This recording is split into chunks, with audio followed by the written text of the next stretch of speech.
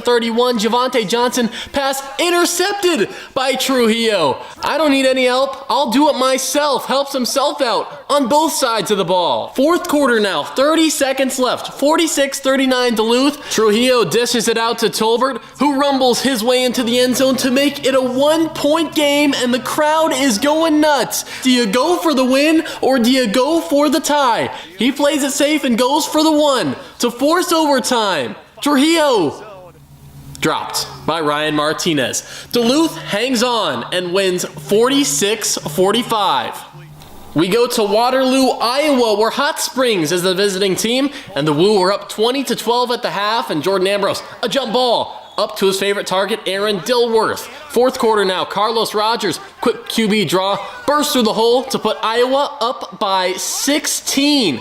Fourth quarter still, Ambrose connects again with Dilworth. They're trying to mount a comeback, flipping over the wall, but it was really all Iowa in this game. Under 2 minutes to go, and the Woo seal the deal. Rogers to Jeff Mack in the back of the end zone.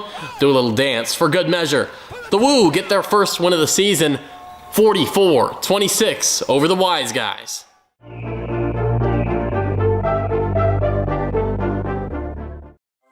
Welcome to the Arena League. This is football reimagined.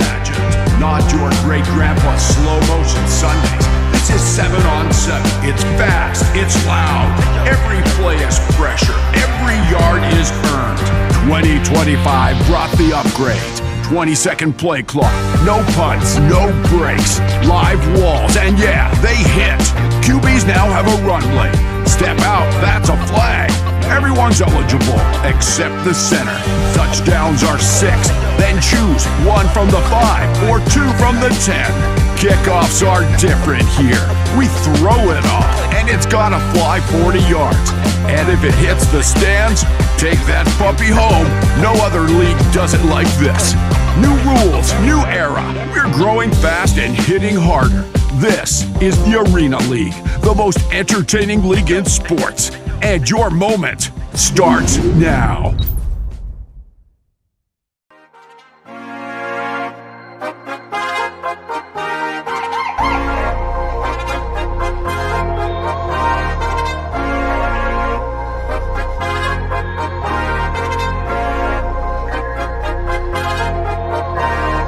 Okay, turn it up, KD.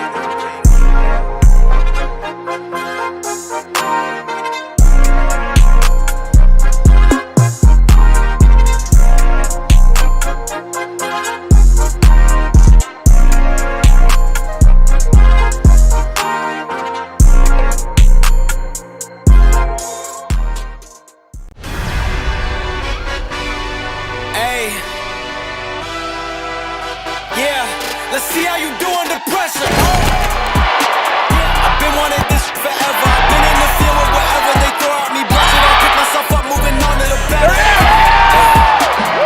Ain't no errors, baby, it's a new era. I wake up early, feeling rich like I'm Kesha. I get to the paper, boy.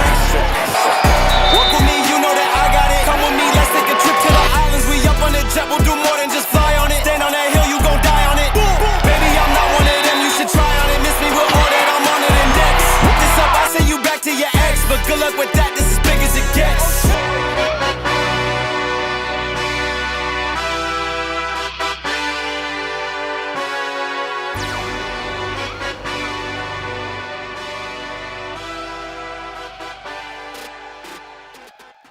Superior Waffles is the sweetest place for breakfast and lunch, serving a variety of sweet and savory waffles with options for everyone. Build your own masterpiece or choose one from our menu with gluten-friendly vegan and low-carb keto options. Now you can also experience the magic of Superior Waffles at home with our dry waffle mix, designed to bring joy and deliciousness. We are confident that it will be the best waffle mix you've ever tried. Stop in or order online for pickup or delivery. Superior Waffles, your waffle destination.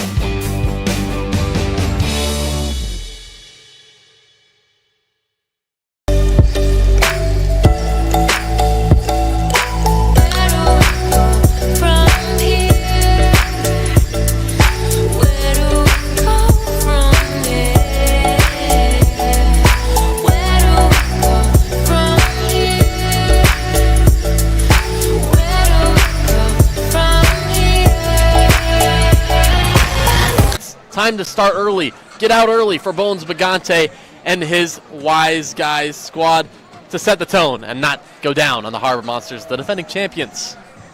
They have rolled up 457 yards total offense on the year, just under 4 yards per play. Meanwhile, the Harbour Monsters defense leads the league with 5 interceptions on the year, 2 for Samson Ty, 1 for Tyree Williams, and 2 for Zach Hannibal. When he intercepts, the other team's been Hannibalized. That big one was the game sealer in the first game in Iowa, the pick 6 to run out the clock. It is worth mentioning, though, Duluth, their scoring offense is good, first in the league, but their scoring defense last. They allow 51 points per game. Dilworth takes the throw off in the end zone down to our left from Couch and sprints out along the near hash marks out to about the 18-yard line, where it'll be 1st and 10, Hot Springs. Hot Springs has a horse in their logo. That's because of the famous track there, Oak Lawn, which is usually the first stakes stop for the prominent 3-year-olds on the way to the Triple Crown. So 1st and 10 now from the Harbour Monsters 22, and early motion getting up out of the snap was their tight end, Lou Dorsey. And that'll be a legal procedure, and it'll go back 5. Looked like Aaron Dilworth jumped a little offsides as well. That's something you get in the Arena League. You can get that running start. That also means you got to time it just right with the center who's going to snap it. So it goes back to the Wiseguys 23, 1st and 15. 2 wideouts left and right, and 1 running back off the hip of the quarterback. Play action fake. Now running, starting up the lane, and then carrying out to the near side. And being put into the boards is Jordan Ambrose, their quarterback. And he's down to about the 12-yard line as he picks up 15 yards and a first down. 1st and 10 from the Harbour Monster 12. Jordan Ambrose can do that with his legs. He can just follow that fullback. In this case, it's the newcomer this week, Quavon Hicks, who played college ball at Georgia. Snap back from Grundy. Now with it, Ambrose breaks 1, but can't break the 2nd. He broke the tackle of Dante Mason, but could not get away from Tyree Williams, who brings him down for no gain at the 12. It's 2nd down and 10. 13:27 left to go, opening quarter, first drive of the game. Glad you've tuned in on television and radio for Harbour Monsters football.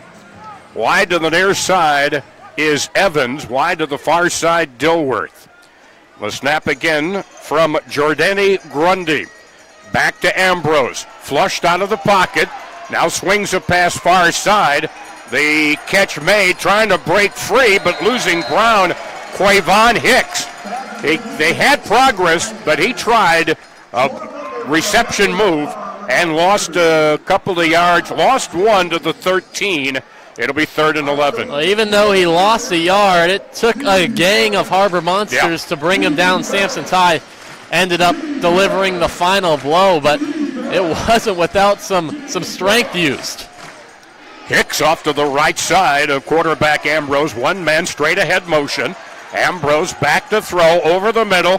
Caught at the 1-yard line. Yes, it's a catch at the 1-yard line by Dilworth. His 11th catch of the year. A pickup of 12 yards, all the way down to the 1, be 12-yard gain. And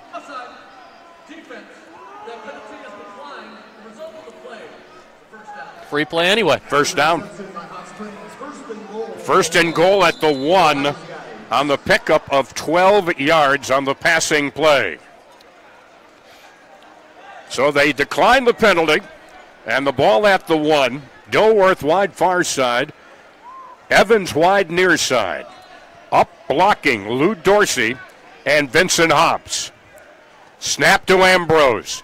Hands it off and getting hit immediately for a loss of a yard, maybe 2 on the play. Dante Mason with the big tackle behind the line of scrimmage. Dante Mason, he led the league in tackles last year. and boy, did he come flying in on that one. He read that play like a book. They knew it was going to Quavon Hicks, the big athlete fullback combination, and it sure did. So a loss of 2 brings up 2nd and goal from the Harbour Monsters 3 for Hot Springs. Quarterback Jordan Ambrose now trying to get everybody in the right spot, and they're going to have to burn a timeout because the 20-second play clock was about to run out. And that's one thing, a couple of the new teams, Eau Claire has had some problems with that as well, just getting used to the faster pace of the 20-second play clock. Things move quickly. It really does. They do move quickly. I mean, that's the goal of the league, and the other new rules that have been implemented as well. You got the new hash marks. Yep. Used to be last year when the Duluth Harbour Monsters won the championship, you could just run all over the place. Now, if you're the quarterback to run, you have to run in between, cross the line of scrimmage, in between those 2 hash marks. I kind of call that the Iowa Woo rule from last year. They're the ones that found the little nook in the rule book that said only if you get snapped the football, you can't run. So they would put a 2nd in the backfield. So Ambrose now has Dorsey as a power back. The snap again, Jordani Grundy. It is 2nd and goal from the Harbour Monster 3. Watch for Dilworth here. Ambrose breaks 1 tackle. Throws into the end zone. Knocked away. Knocked away from Quavon Hicks. Looked like it was Deron Maxwell breaking up. The receiver had the hands on it but could not grab onto it. Khalil Finley got in there too. He was probably triple teamed there. It looked like Aaron Dilworth was his first read, and then he was covered up pretty well, so had to go to his second. A lot of pressure there too by the Harbour Monsters. Yeah, Khalil Finley, one of the new names on the roster this week as a defensive back. So now it is 3rd and goal from the 3. Back to Ambrose on the snap. Has time. Throws deflected into the air. Rebound out at the 4. Caught by Hicks. And he's tackled at the 5-yard line. May have been a fumble. I see a beanbag down. Right there at the 5-yard line. Maxwell there for the stop, along with somebody who's really had an impact, Ahmad Butler. Ahmad Butler, he has had an impact, and it was an impact on that play as well. And it looked like the ball did come out a little late there, but Hot Springs and Hicks fall right on it. So it is a loss of 2 on the play. 4th down and goal from the 5-yard line. Dilworth splits wide far side. They've got a motion back, Evans. He'll be slot far side. He goes in motion, snap to Ambrose, throw, diving catch, incomplete, low throw, just inside the goal line. Maxwell covering on the intended pass for Troy Evans, and the ball goes over on downs. The Harbour Monsters will take it over 1st and 10. Troy Evans wearing number 7 this week. He's a new addition to this Hot Springs roster, and he's an Arena League veteran. He's been around it for a while, but he put his hands out saying, I was right here, I was open. It's got me a little too low. Looked like it skipped in perhaps It did skip in. I think it did skip in. Just a little bit higher, and looked like Evans had a step on his defender. He might have had him for 6. Harbour Monsters leading the league in scoring, 117 points. They also lead with 16 scoring touchdowns. So here we go. Hassan Brockman with a running back behind him, gets the snap, hands it off, slamming off right tackle is Darius Morrison, and looks like he picks up a yard to the 6-yard line, bringing up 2nd and 9. Demo did not get on the roster last week. He did play in the first game against Iowa. He's coming off that groin injury. Duluth is happy to have him back in that running back position. Hassan hands off. Demo slanting outside. He's got a lane along the boards and is thrown into the wood across the way defensively by Vishon Palmer. If Palmer he was about to break it. He was about to break it. That's exactly right. Palmer was the last line of defense. Darius Morrison might have just had his first touchdown of the year. if not for that last-second tackle. Gain of 13. It is at the 19 of the Harbour Monsters. First down, 10 yards to go. Man in motion, far side. Long pass, looking, broken up, intended for Flowers, deflected away at the very last moment by Jamon Williams. That was a route that Flowers had him beat on. It was just a little bit underthrown, and good coverage coming back was Jamon Williams, the defensive back out of Winona State. Just got in there right in time, got that hand in. Otherwise, that looked like a streaking Flowers for the first score of the game. Winona State right down the road along the Mississippi River south of us here in Duluth. 2nd and 10 from the Monsters 19. Straight ahead motion far side, but hit in the backfield, double teamed, and getting brought down on the play. That is Morrison. Was hit by 2, including Palmer. DeWandre Crockett also went on that tackle. I think that may be a Name of the Year nominee, maybe, for the Arena League. So now it is 3rd down and 14 at the 15-yard line of the Monsters. Straight ahead motion, slot man far side. Brockman back, gets open, throws, deflected. Little wide on the far boards for Jamal Couch, who led the league in receiving for Iowa last year.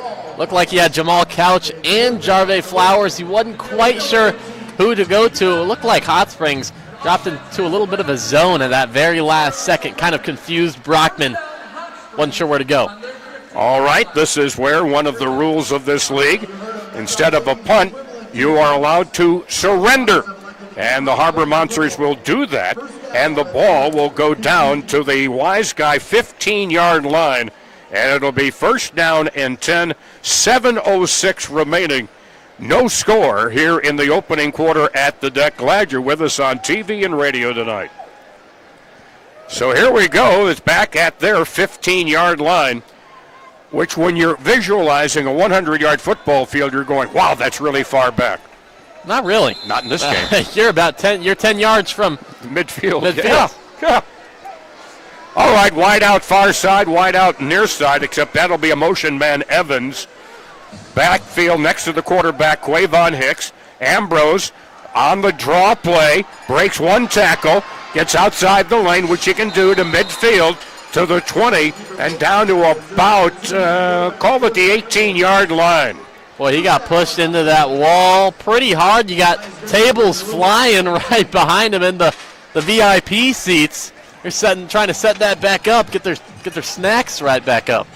Well, you've got to protect your cocktails when you're down in the VIP booths, let me tell you. That's just some learning pains. I mean, it's the first home game of the season. They've got to learn. All right, 1st and 10 at the Harbour Monster 18. Ambrose started in the lane, veers outside as he gets past the line of scrimmage. Tackled by Dante Mason. That'll be at the 13-yard line. He picks up 5. Suddenly Ambrose, he's been their offense on this drive thus far. They kind of discovered that last week against Iowa, even though it was the loss. They discovered that Ambrose is a pretty proficient runner as well as he is passer. In their first game against Eau Claire, Hot Springs was really spreading the ball out, doing different things, slants, different formations offensively, and most of it was going through the air. Last week they opted for more of a ground approach, and a lot of that starts with Ambrose just running QB draws. Ambrose out of Defiance College. 2nd and 5, Monster 13. Pass, leaping catch at the 10 at the near boards. It is complete to Evans, covered on the play by, looked like it was Deron Maxwell. Was a short gain, if anything at all, but they got 4. It's Troy Evans' first catch as a member of the Wiseguys. There you go, and it's 3rd down and 1 from the Monster 9-yard line. This is the second drive of the night for the Wiseguys.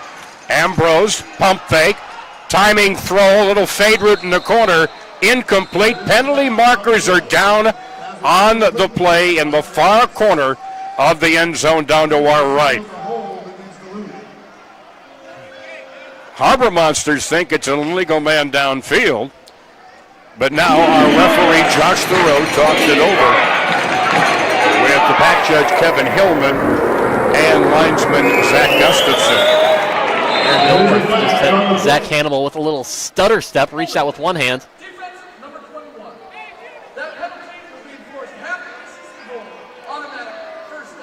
Wow. On Hannibal. Holding call on the Harbour Monsters. Half the distance, so we'll put it inside the 1, but it's first and goal. Call it the 1, but it's really, no, they move it down to the 4-yard line. Half the distance from the 9. There we go, Tom. So it's from the 4-yard line, first and goal for the Wiseguys. 4.5 minutes to go, first quarter. There's a draw, picking his way through the left side and into the end zone for the touchdown is Quavon Hicks.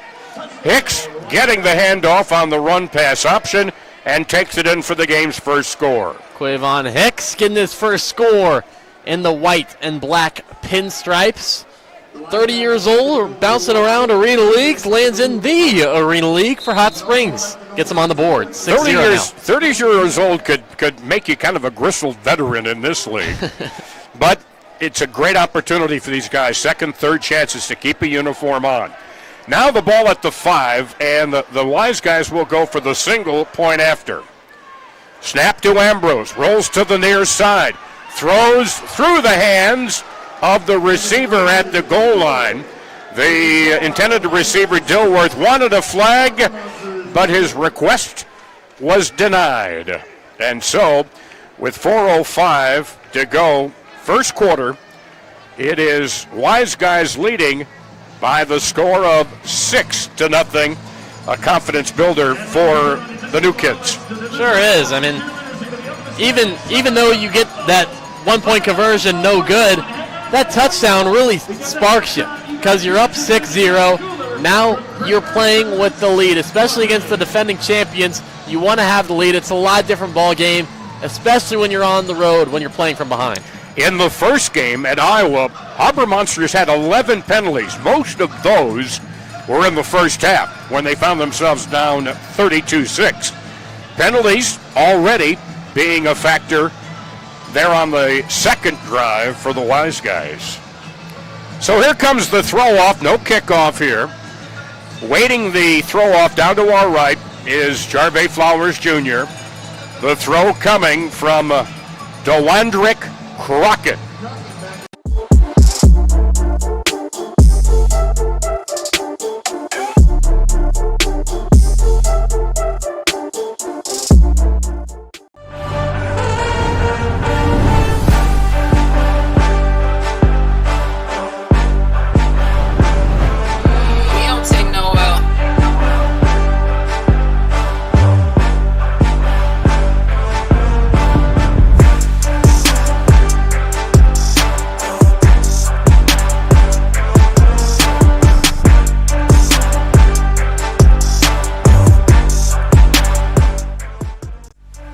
Welcome to the Arena League, where it pays to be a loyal fan.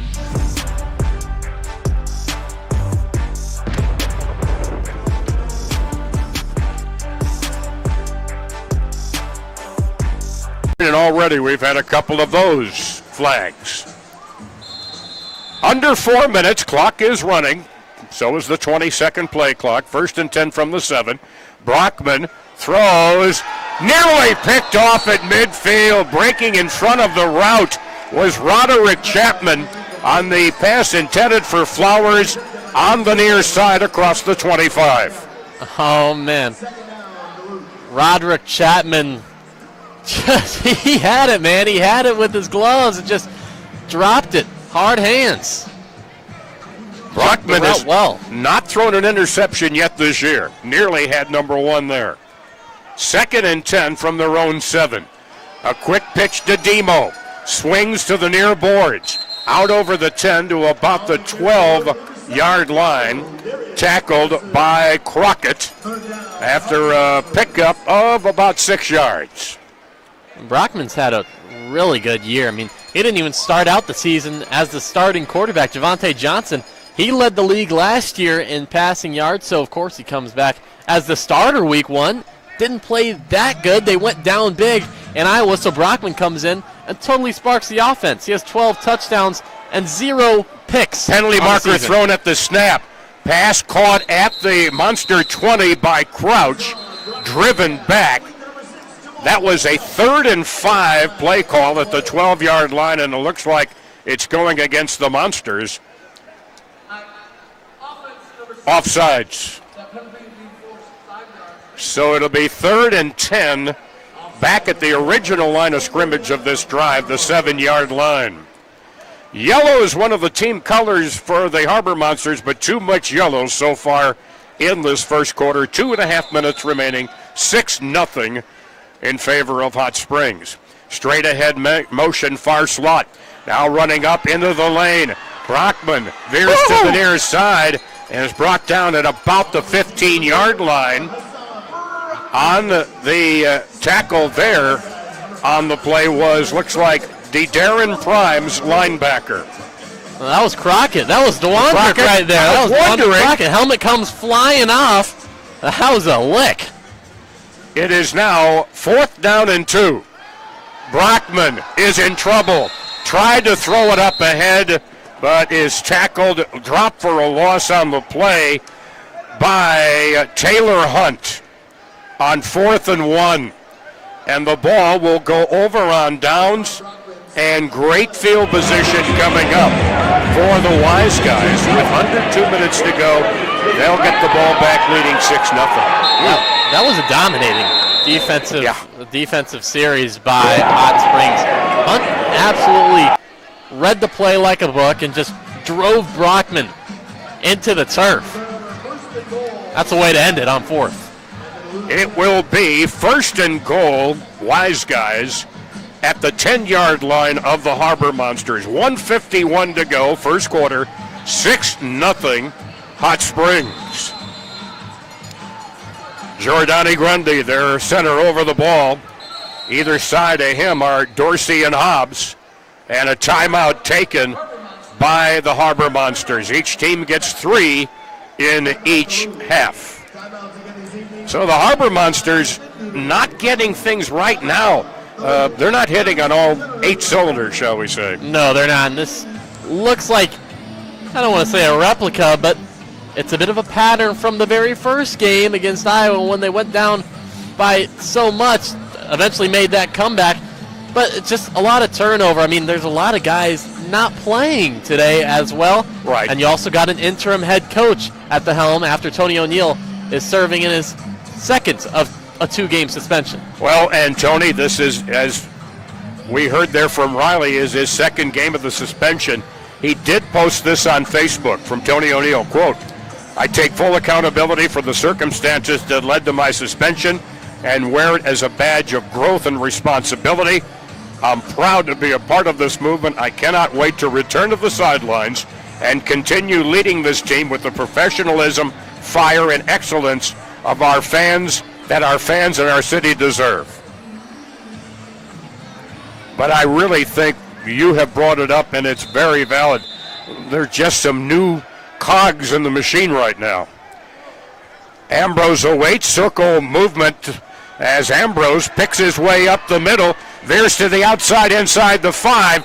He is into the end zone, but a penalty marker is thrown at the 6-yard line. A second hanky is thrown at the 1-yard line. Yep, there are definitely several flags on the play as they discuss it with referee Josh Thoreau. I think that's got to be holding on Vincent Hobbs of Hot Springs. And we're getting a little trash talk both ways. As the Harbour Monsters are kind of going, hey, this is our house and you're not being good guests. But the Harbour Monsters have not helped themselves. Getting in their own way is probably a good way to put it. So they continue to talk it over. Question is, could it be offsetting? Could one be offensive holding? Because the other, a little extracurricular activity in the end zone. It looked like a Dante Mason went flying. I don't know if it was a Here we go. That theater class. Oh. Number 15, After the play was over, personal foul, offense number 15. Those penalties will be enforced, 25 yards in total. It'll remain first down. Wow, 25 yards, so it'll be 1st and 35. So the theatrics from Mason worked after the play. That's when it comes in handy. Both penalties on their wide receiver. It remains first and goal. It is still 1st and goal. All the way back to the 19-yard line of the Wiseguys at 25 yards penalized. Wideouts left and right here. Dilworth near side. Dorsey far side. One slot man in motion. Evans near side. Ambrose dances, rolls far side. Throwing deep, has a man open, broken up at the last moment. Intended for Dilworth, and breaking on it nicely was Deron Maxwell. So Maxwell was right in there. Dilworth, known for his spectacular catches, especially in the end zone. Maxwell had him the whole way. Dilworth out of Texas A&M Kingston. He's got quite a bit of arena experience. He's also got 2 games under his belt with Edmonton of the Canadian Football League. 2nd and goal from their own 19. Ambrose breaks one tackle, runs up the middle, is dragged down from behind by Samson Ty. That is like a little 12-foot motorboat being brought down by one big anchor. Oh man, Samson Ty, that guy is a load to be carrying on your back. Ambrose carried him for a couple of yards, but just couldn't do it anymore. So a 6-yard gain. It's still 3rd and goal from the Wiseguys' 24-yard line. Just a yard. This is the end of the first quarter. All right, we've ended the first quarter. 6-0 in favor of the Wiseguys. Second quarter coming up after we take this timeout.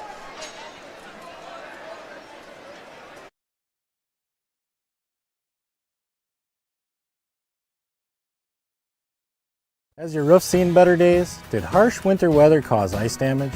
Look no further than Peralt Construction for all your roofing needs. With their expertise in all roof types from asphalt to metal, they can provide the solutions you require.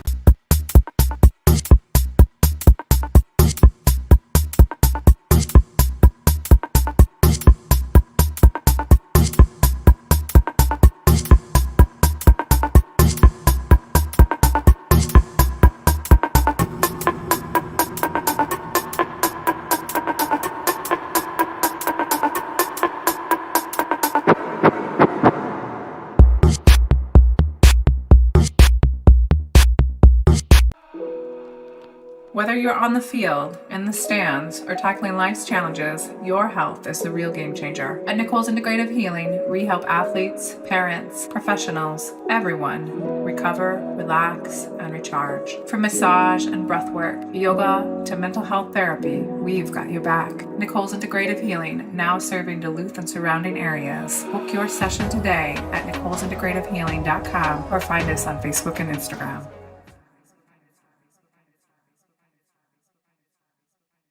Has your roof seen better days? Did harsh winter weather cause ice damage? Look no further than Peralt Construction for all your roofing needs. With their expertise in all roof types from asphalt to metal, they can provide the solutions you require. Prepare your home for whatever nature has in store. Don't wait any longer. Let Peralt Construction replace your roof today, ensuring the beauty and protection of your home for years to come. Give Peralt Construction a call at 218-723-8477 and schedule a free in-home consultation. The outside, melty and gooey on the inside. Order a toasted sandwich at Jimmy John's today.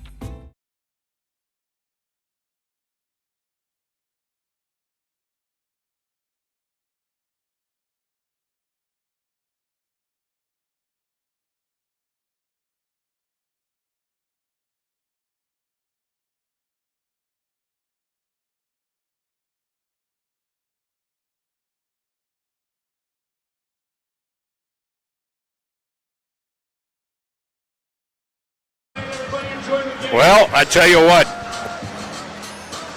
They were regular. They weren't blueberry or banana pancakes. The OGs. The originals. The original Pancake House. It'll be 3rd and goal now for the Wiseguys from their own 24-yard line. They're 26 yards away from the end zone. They lead 6-0, scoring on their second drive of the game. Harbour Monsters have just stepped on their toes too many times with penalties, but a big penalty on this drive of 25 yards has really put the Wiseguys back on their toes. Well, 2 of them in one play. Yep. It was a twofer. 2 for 35. We are underway. Man in motion, slot far side. Ambrose picks his way through, throwing deep, and it's picked off by Maxwell in the end zone along the far side of the 5, the 10, the 15, the 20. Still on his feet, and they will rule him down at midfield at the 25-yard line. Well, that's the spark you need. Fires the fans up. His first interception, number 6 for the Harbour Monsters. He's the leader of this defense, and that may provide a spark as well as a great return also. Turns it right about midfield. Deron Maxwell, a big key defensively to the Harbour Monsters' COG championship dreams of last year. So we're at midfield at the 25-yard line. Hassan Brockman stays in there at quarterback, has a running back deep behind him. That's Flowers. Wide out far side, wide out near side. And back out there on the field for the first time, Nathan Cromie. The snap back to Brockman. Throwing! Caught! Did he hold on? Yes, he held on. Oh, and we've got a couple of guys down and hurt. They went into the boards hard. The catch by Jarve Flowers Jr. Touchdown Flowers, touchdown Harbour Monsters. And now we sort out the bumps and bruises. Goodness, what a heck of a catch by Jarve Flowers, but his head went banging into that wall really hard. He's down. Well, and these are the old style hockey boards.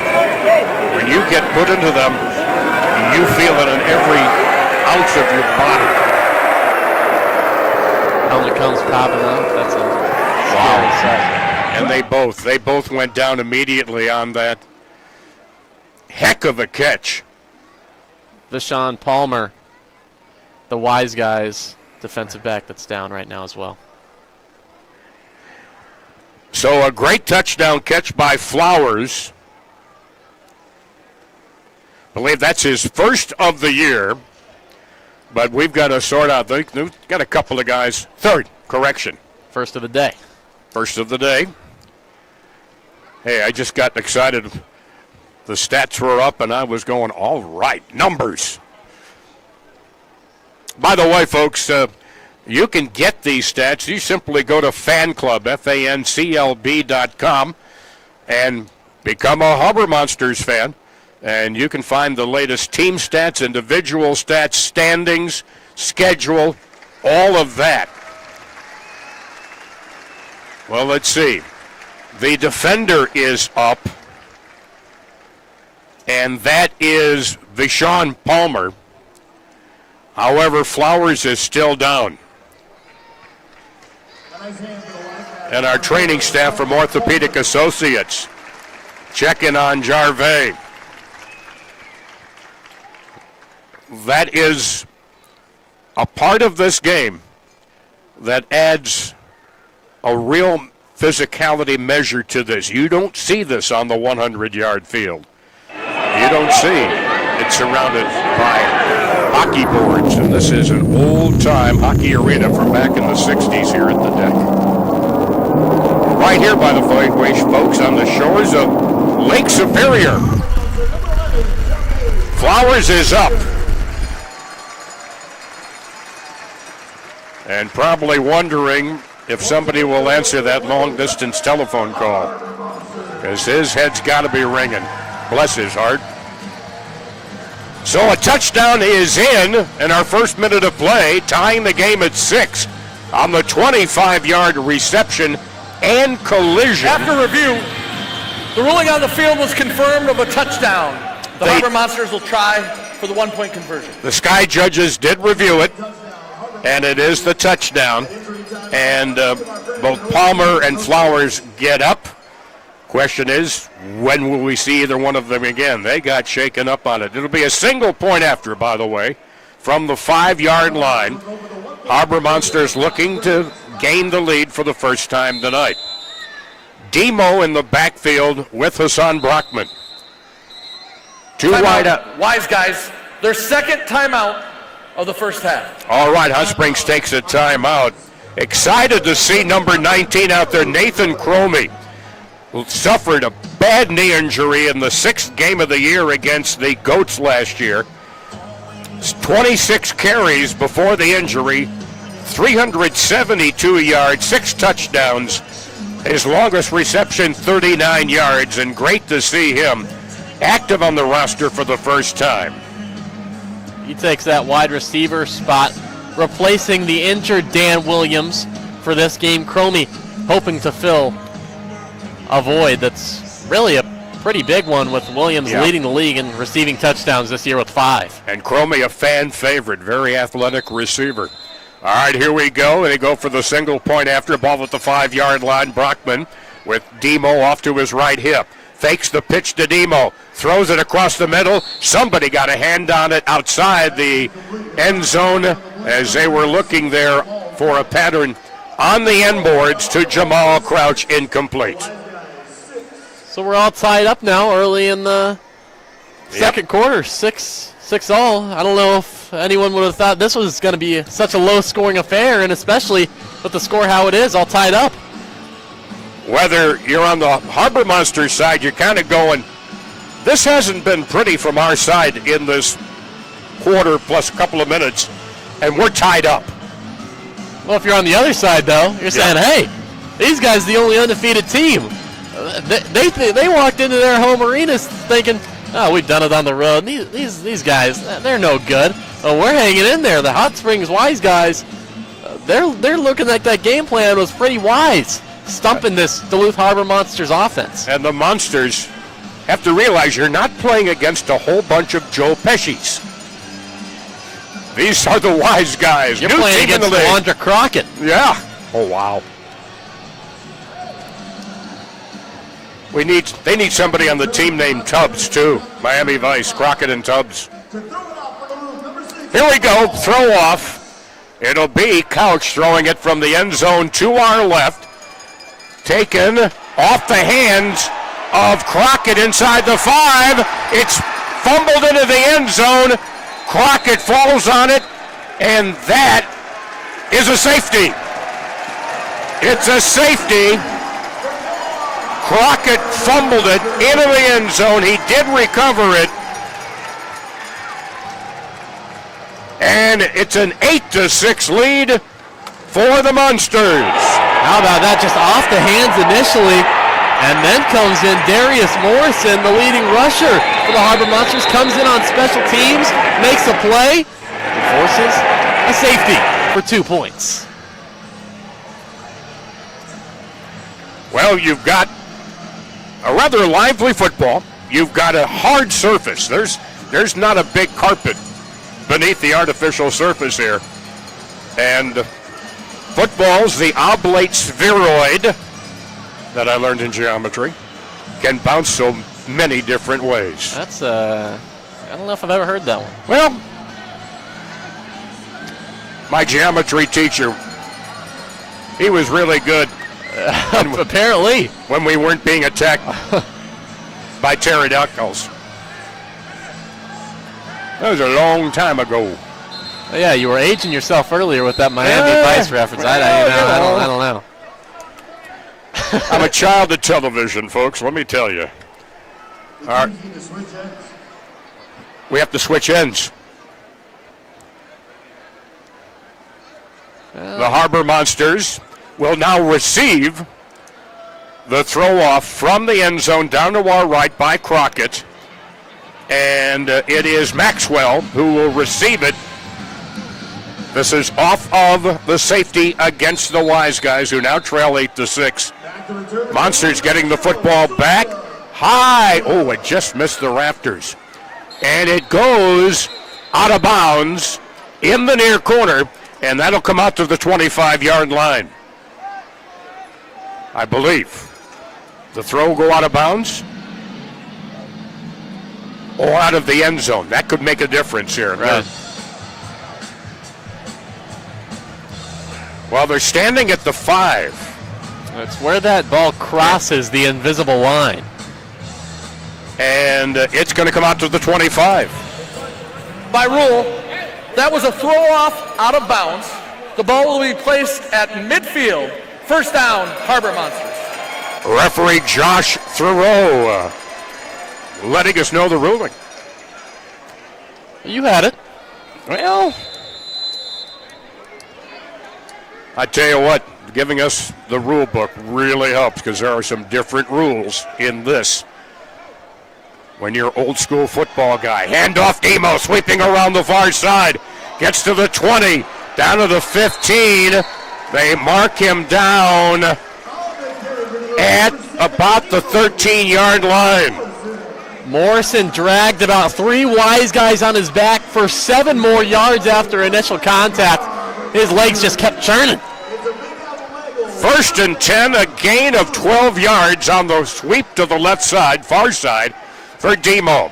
Now Cromie in motion. Now there's Demo again, rambling his way up the middle, down to near the 5-yard line. Call it the 6, a gain of 7, 2nd and 3. Passing game hadn't been working that well for the Harbour Monsters. Looks like they're opting for more of the run game, which they haven't done in either of those first 2 games. Now, here is Brockman trying to pick his way through. He gets to the 5-yard line. A penalty marker is down, and I think he might have been out of the lane. There is a flag on the play. So that is a penalty in itself. Line of scrimmage was the 7. I think he was outside the lane before that.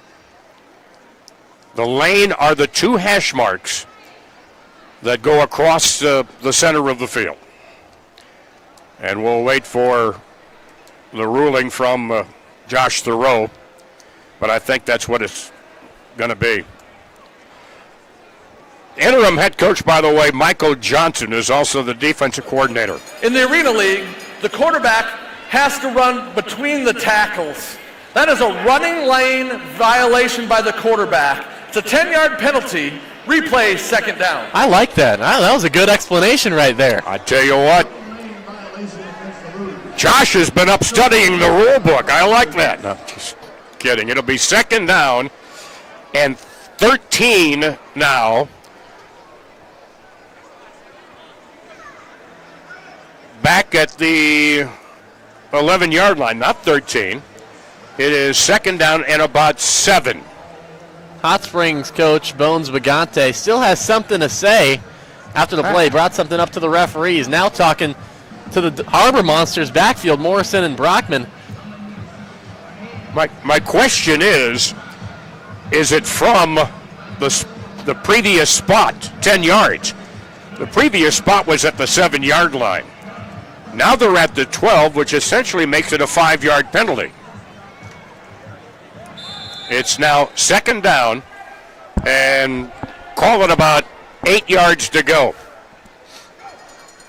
Snap back, Brockman, quick pass wide. Looking on the far wing to Marcus Sessoms, who came into the game 11 receptions, 59 yards, 2 touchdowns. He got hurried by Jamin Williams there. That forced the bad throw, but we do have a flag right near the goal line. And so, again, yellow has become kind of the predominant color now for both sides in this game.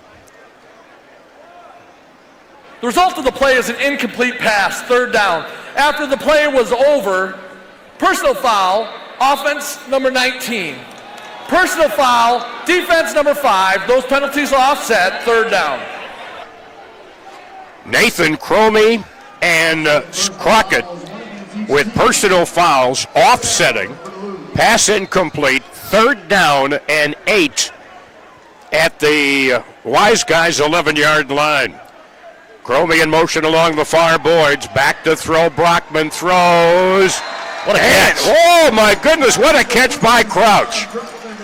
He had a defender all over him there, and that was Roderick Chapman, and somehow he got his hands on the football. Let's watch it again. Yeah, that was quite the catch. Just a little inside-out route, and had Chapman all over his back. Still makes the catch. No flag. There definitely could have been on that one. So it's now 4th down and about 4. He did a great job. Timeout, Harbour Monsters. Harbour Monsters timeout. Of the first He half. did a good job protecting the ball from the defender with his body, shielding him, and that enabled him to make the grab. Well, he's a big target. So the ball, after the pickup about 4 or 5 yards, is now at the 6-yard line of the Wiseguys. Along with Riley Underwood, I'm Tom Stalker. 11:21 to go, first half. Monsters trailed through the first quarter 6-0. Now lead it by the score of 8-6. And indeed, in a sport that promotes itself being fast action, high scoring, two teams have kind of gotten mired down in the muck a little bit. They have. It's been a defensive battle, to say the least. And coming from the Duluth squad that's first in the league in scoring offense, they score nearly 60 points a game. Only 8 so far. And we're about 20 minutes in. And they have also led the league coming into this game with nearly 600 yards of total offense. It is at the Wiseguys 7-yard line. 4th down and about 4 yards to go. Brockman, single man in the backfield. Throws it, caught a nice pass. Threw it to the low side, far side, and Jamal Crouch with the touchdown catch. A 7-yard reception. Harbour Monster is up 14-6, pending the point after. Jamal Couch looks like he may be the man to count on with these injuries to the wideouts. Again, uses his body to shield off Chapman. I wouldn't want to be the guy that has to guard Couch for the rest of this game. And Brockman did a great job aiming that ball low and away from the defender on the play. They're going to go for the single point after. Brockman gets the snap. He has time. Now he's hurried. Throws while he was grabbed. Leaping catch. The question is, was it caught? It is. It's good. Caught in the end zone by Sessoms. He then tumbled a bit outside the goal line, but then tumbled back in for the single point after. Sessoms tapping his helmet afterwards. So that was on your head. All over him was the Wiseguys defense, and Brockman had a defender as well in the backfield pulling on his jersey. Somehow got the throw off, and then Sessoms pulls it down. We were saying, was he in? Was he in? Well, he wasn't in at the very beginning. No. A very final last-ditch effort to dive in, and it's good for the conversion. So the drive goes half the field, 25 yards, 6 plays. 7-yard catch by Jamal Crouch and the single point after. And we have a 9-point lead, we being the Harbour Monsters, by the score of 15-6. 10:46 remaining second quarter at the deck. So now the throw off from left to right. It looks to be Crouch on the throw. Yeah, Crouch on the throw. Couch, I'm sorry. I said Crouch. Caught in the end zone. Return. And only out to the 3-yard line by Crockett. Jamal Couch. You know, that's when names from your past come back up. I used to know a pitcher named Matt Crouch. Where these come from in my feeble brain, but it's 1st and 10 from their own 3-yard line for the Wiseguys, trailing 15-6. Who was more of a baller, Jamal Couch or Matt Crouch? Crouch, good fastball. Good fastball. Wound up pitching for the Cubs. Long time ago. All right, from the end zone, Ambrose gets the snap. Quick throw far side. Broken up. And he's called a catch. Oh, man, they called a catch. How did Evans come up with that? Khalil Finley defensively was all over him like the cheap overcoat. But he was able to make the catch out to the 8-yard line, a pickup of 5, 2nd and 5. Boy, that was quite the effort. I mean, it looked like Finley had him. Rambling up the middle and being brought down at the 12-yard line, quarterback Jordan Ambrose. And he's put down at the 11, a pickup 3. It'll be 3rd down and 2 at the 11-yard line. The Wiseguys downfield from right to left. Evans split wide far side, wide near side Dilworth. One running back in the backfield along quarterback Ambrose. Gets the snap. Now he's going to run it up the middle, has the first down to the 15, and put it to the boards at the 20-yard line by Tyree Williams. But it's a first down. Moves the change. Another good run from Jordan Ambrose. 9 yards, 1st and 10 at their own 20-yard line. We're under 9 minutes now. It's a 15-6 lead if you just tuned us in on My9 TV or FANCLB TV or NorthlandFan.com on the stream radio. There is Ambrose dancing a quick pop pass over to the far side. Woo! Hit hard, still on his feet. Finally brought down is Vincent Hobbs. He said, "Get off of me. You're too small," and a flag comes in. Oh, my goodness. We got bodies flying everywhere. It looked like Hobbs was being caught by a guard dog over there running, and the dog wouldn't let him go. About 5 dogs. Stiff arm, stiff arm, stiff arm. Woo! So they give him progress out to about the 22-yard line, which is a gain of only 2. But let's sort out the flag. And that flag was something totally unrelated to the multiple stiff arm performance by Hobbs. All right, we're sorting it out. During the play, holding, offense number 77. After the play was over, unsportsmanlike conduct, 7 of the defense for taunting. The result of the play will be 5 yards forward after 10 yards back, 15 yards forward, replay first down. All right. So the ball winds up 5 yards back, 10 yards forward, and it winds up at midfield at the 25. It'll be first down and 5 at midfield. Wideouts left and right. Ambrose, lone man in the backfield. Slot man in motion straight ahead, far side. Back it goes, Ambrose. A quick pass over the middle. Overthrows Terrell Brown, wide receiver, a little wide along the far boards, and it's incomplete. 2nd and 5 coming up. Those were a couple scissor crossing routes by Troy Evans and Terrell Brown, but looked like that pass was just a little wide. 7:47 left to go first half. 15-6. 2nd and 5 coming up for the Wiseguys. Dilworth wide near side. Single man now slot far side. Ambrose throwing up over the middle. Leaping catch down to the 13-yard line. On the catch is Troy Evans. Looked like Zach Hannibal there defending. They give the progress to the 14-yard line. A pickup of 11 yards, and it's 1st and 10. 1st and 10, Wiseguys in the Harbour Marshall, 14.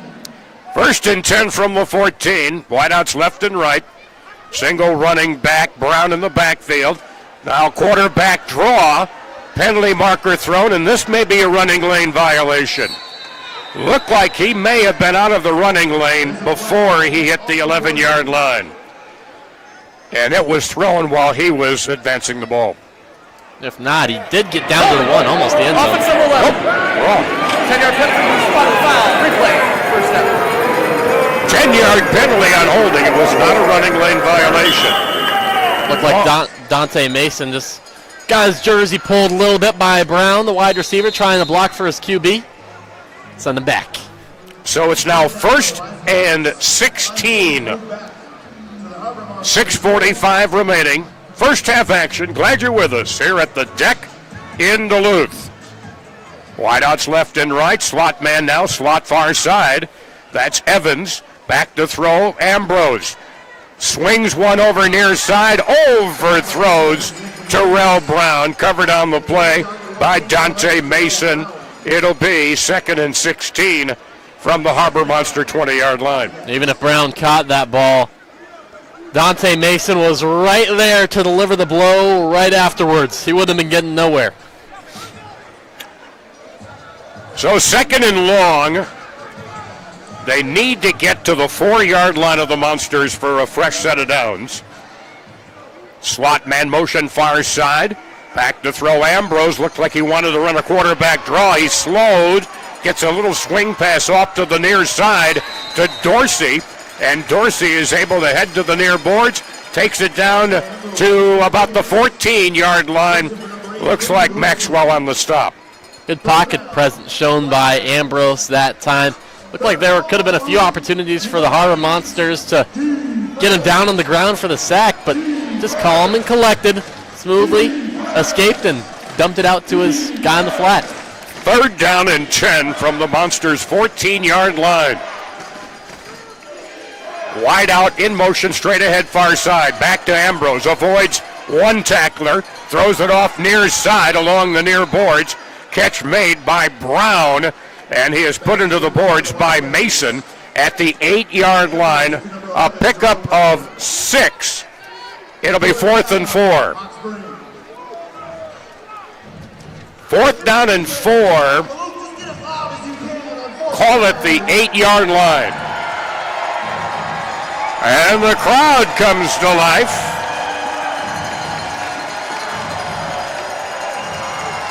Ambrose sends his wide receiver far side in motion. Blitzes. Now stepping away is Ambrose. Hit at the 1, and he takes it in for the touchdown. The blitz was on, but Butler couldn't get a clean shot at him, and Ambrose was able to avoid it, and he scores an 8-yard touchdown run. Sure couldn't. Dante Mason came flying in to try to blitz the quarterback. Scott blocked pretty well by the wide receiver Terrell Brown. Ambrose escapes, dodges the tackler at the 1, and comes into the end zone. So they're going to put it at the 10-yard line as they trail now by 4, trying to cut it to a 2-point deficit. Ambrose. They trail by 3, correction. Snap back. Back to Ambrose. They're looking for 2. Being pressured by Butler. High throw. 3 of them go over the boards. In the corners, it's incomplete. Looking for Dilworth. Maxwell over the boards defensively. And I believe it was Mason over the boards in the corner as well, perhaps. Yeah, Mason. That may be the most we've seen over the boards on one play this year. Well, not 1, not 2. How about 3 guys over the boards? Ambrose tried to be flushed out. Oh, 4 guys go over the boards. 2 Wiseguys and 2 Harbour Monsters. Khalil Finley gets his hand up, knocks that ball away. 2-point conversion, no good. So it stays a 3-point ball game, 15-12. Just a couple of seconds under, 3:57 remaining. But they've narrowed the gap, Wiseguys. And this is kind of what we saw in the first half against Iowa when the Harbour Monsters were letting Iowa hang around in the game through most of the first half. And they're doing that here this evening with Hot Springs. So the throw by Crockett, end zone down to our right. And at the goal line to our left, Deron Maxwell. High throw. Maxwell, a yard in along the far side to the 5, 10, to the 15. And he is put into the wood across the way at the 15-yard line. That's where it'll be 1st and 10 to start the drive. Cam Nathan of the Wiseguys put in a little bit of a late hit there after Maxwell was down, and Maxwell's loved to hear about it afterwards. If you watch the Hot Springs coach, Bones Bagante, he realized he was in the way right as Sosa was about to run into him. He half jumped on the board. Looked like he was body surfing on that wall. He looked like a linesman in the National Hockey League when they have to hop on the board to get out of the way. All right, Monsters from their own 16, 1st and 10. Brockman sends a man in motion, hands off to Demo, who is hit at the 16 and powers his way up to the 19-yard line. Demo gets 3, 2nd and 7 now from the 19. Morrison's legs do not stop moving after first contact. Center for the Harbor Monsters, Kyle Lester. He's got Whitlock up on the line along with Sessoms. And again, it's Demo crashing through the right side of the line up to the 22-yard line where he picks up 3. And it'll be 3rd down and 4 from the Harbor Monsters' 22-yard line. And Demo is down, lying on his back at his own 22-yard line. 2:53 remaining here in the second quarter. Along with Ronnie Underwood, I'm Tom Stalker. Glad you're with us on TV and radio this evening as the Harbor Monsters, their first official Arena League game here at home as defending league champions. Long time since last August. All right, let's pause now for station identification on radio. This is WEBC FM 106.5, 560 AM, Duluth Superior. Also, you're watching My 9 television out of Duluth, along with FANCLB TV. Also, iFan television as well, and the Arena League on YouTube. That's a lot of channels. That's a lot of channels.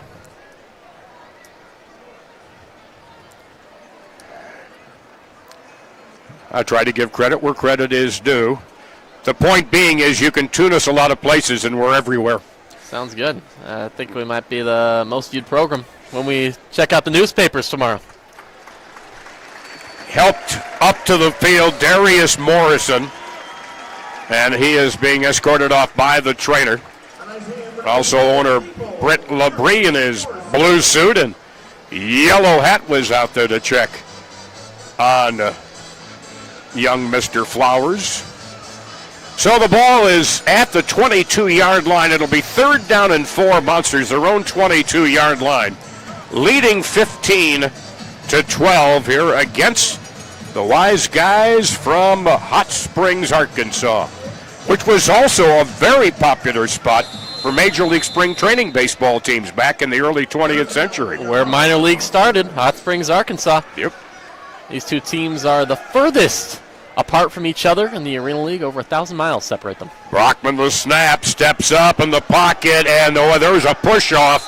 Cromie wants pass interference. He claimed he was pushed off by Chapman. And that just, I don't know. I don't know. Maybe we can watch that one again if we can. I just don't think there was any eyes on him. Nope, so it'll be 4th and 4. And again, too many 4th downs in this game for the Monsters. So now it's 4th and 4. It's very makeable. You're not going to get much by surrendering, especially. The 2-minute timeout. And we just hit the 2-minute warning. 2 minutes on the clock. Monsters leading 15-12. Facing a 4th and 4. We will keep it here. A reminder, we're back on the road next week. Harbor Monsters, though, folks, you want a little day trip? Head down Route 53 to Eau Claire. The new team, the other new team is there, the Eau Claire Axemen.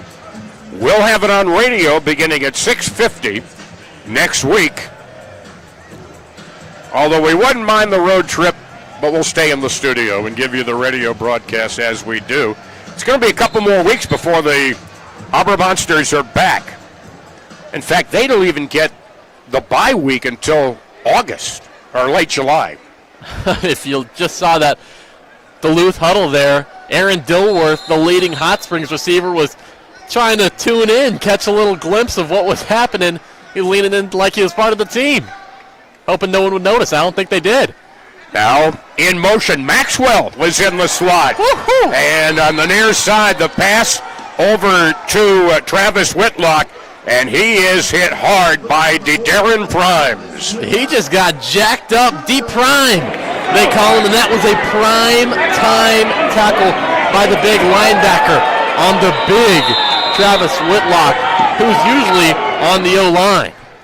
1st and 10 now, and again, great field position for the Wiseguys at the Harbour Monster 19-yard line. That's twice the Harbour Monsters have attempted a 4th down and could not convert, giving Hot Springs great field position. Yep, so here we go. Putting the pressure on the defense. We're just under 2 minutes. Now remember, inside of 2 minutes, the game clock does stop on incomplete passes. Snap back to Ambrose, trying to pick his way, wrapped up at the line by Samson Ty. And when Samson wraps you up, you ain't going anywhere. This is getting to be the predictable play that Hot Springs goes to. Just a little QB draw. Ambrose takes a snap, pauses for just a moment before following his lead blocker right down the middle, because you can't go around the edge. You got to go in between those two hash marks, and that time just got swallowed up 1 yard behind the line. Tie with a TFL. 2nd and 11 from the Monsters 20. Man in motion near side. Ambrose looking near side. Up over the middle, crossing pattern. Unable to make a circus catch on a crossing pattern over the middle at the 11-yard line was Aaron Dilworth. He got one hand on it. Couldn't get two.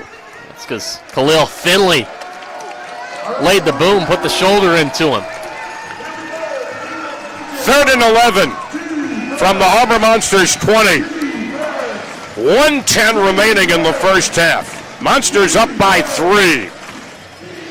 And you're saying, well, aren't they going to go for a field goal? Nope, no field goals in the Arena League. Single wide out far side, slot man in motion far side. Back to throw Ambrose, rolling near side, throws, caught at the 6-yard line. Again, the target, Dilworth with the catch, tackled by Maxwell at the 6-yard line, a pickup of 5, and it'll be now from the 6-yard line, a pickup of 14, correction. 1st and goal from the 6. Ambrose, quarterback draw. He is hit at the 1. Did he make it across? The head linesman said no, he stopped at the 1. That was close. Looked like he had a full head of steam. And Deron Maxwell stood him up at the line. So it's at the 1, a pickup of 5, Ambrose. Timeout, Hot Springs, the 3rd and final timeout of the first half. And it stops the clock with 23.1 seconds to go in the second quarter. The Harbour Monsters' 3-yard lead is in jeopardy here in the final waning moments of the second quarter. Well, again, we've seen this. And Hot Springs has been the beneficiary of some great field position in this game. Too many penalties, although one whopper of a penalty to Hot Springs. But too many of those penalties, those kind of unforced errors against the Harbour Monsters. Using a tennis term, I thought I'd help you out there a little bit. Big 3rd down and 11 conversion as well. So now the question is, can you go 1 yard in 20 seconds and 3 downs? I'd look for Ambrose again, maybe to try, and now the Harbour Monsters will stop the clock with a timeout. Harbour Monsters, their 3rd and final timeout of the first half. Our white hat referee Josh Thoreau doing a great job of keeping us informed as to the timeout situation. Each team gets 3 in each half. And I believe now we've got to play out the final 23 seconds, unless, of course, you get an incomplete pass. I'll tell you who's getting the ball. It's big number 17, Quavon Hicks. Yeah. He just checked into the game. I'd look for him to get a touch inside even the 1 yard line. That might be the half-yard line. Yeah, yeah. When they put ATH near a position, that kind of tells me something. You're an athlete. You can play. You're an athlete. And a reminder that we do follow NFL rules that until the ball completely crosses the yard line, it's considered still at that yard line. All right, let's see what they call for here. On 2nd and goal from the 1. Everybody's in tight. To the right of Ambrose is Hobbs. Hobbs trying to be push in, and he is. The tush push is alive and well in the Arena League. And they take the lead. I'm sorry. Gave it to the big man. I mean, that's was the other big man. It wasn't the big man we were expecting, Quavon Hicks. It was Vincent Hobbs, who's actually listed as a wide receiver. That's about as big of a wide receiver as you can have. Well, maybe they were talking dimensions. Yes. Sorry. He is a wide. Oh, yeah. They're going for 2 again. Their lead is 3. 18-15 for the Wiseguys. Wide out far side, wide out near side, straight ahead motion Dilworth. Ambrose throwing. 2 defenders there, broken up. Could have been picked off and returned, but both there were Maxwell and Zach Hannibal. No good. Maxwell was visibly frustrated after the play. He knew he could have had a pick, maybe a good return, because when he picks it off, he's known for having good returns. So the Harbour Monsters, with just 15.5 seconds remaining in this half, will look probably for your Hail Mary type play to see if they can regain the lead in the waning seconds. In this league, 15 seconds can be a lot of time inside of 2 minutes when they can stop the clock. 15 seconds is a long time, especially when you can drive the ball down. You only need to go 50 yards, and you're probably not going to need to go 50 yards. They're probably going to give it to you a little bit shorter. All right, Crockett the throw from our right, and Maxwell at the goal line along the far board to the 5, to the middle, to the 10. Hit at the 12 and stopped there. Did he fumble it? No, ball down. Ball is down, the play dead, and it is blown dead at, call it the Harbour Monster 13-yard line. Hot Springs fell on it, but I think they were going to rule him down just before that ball came loose.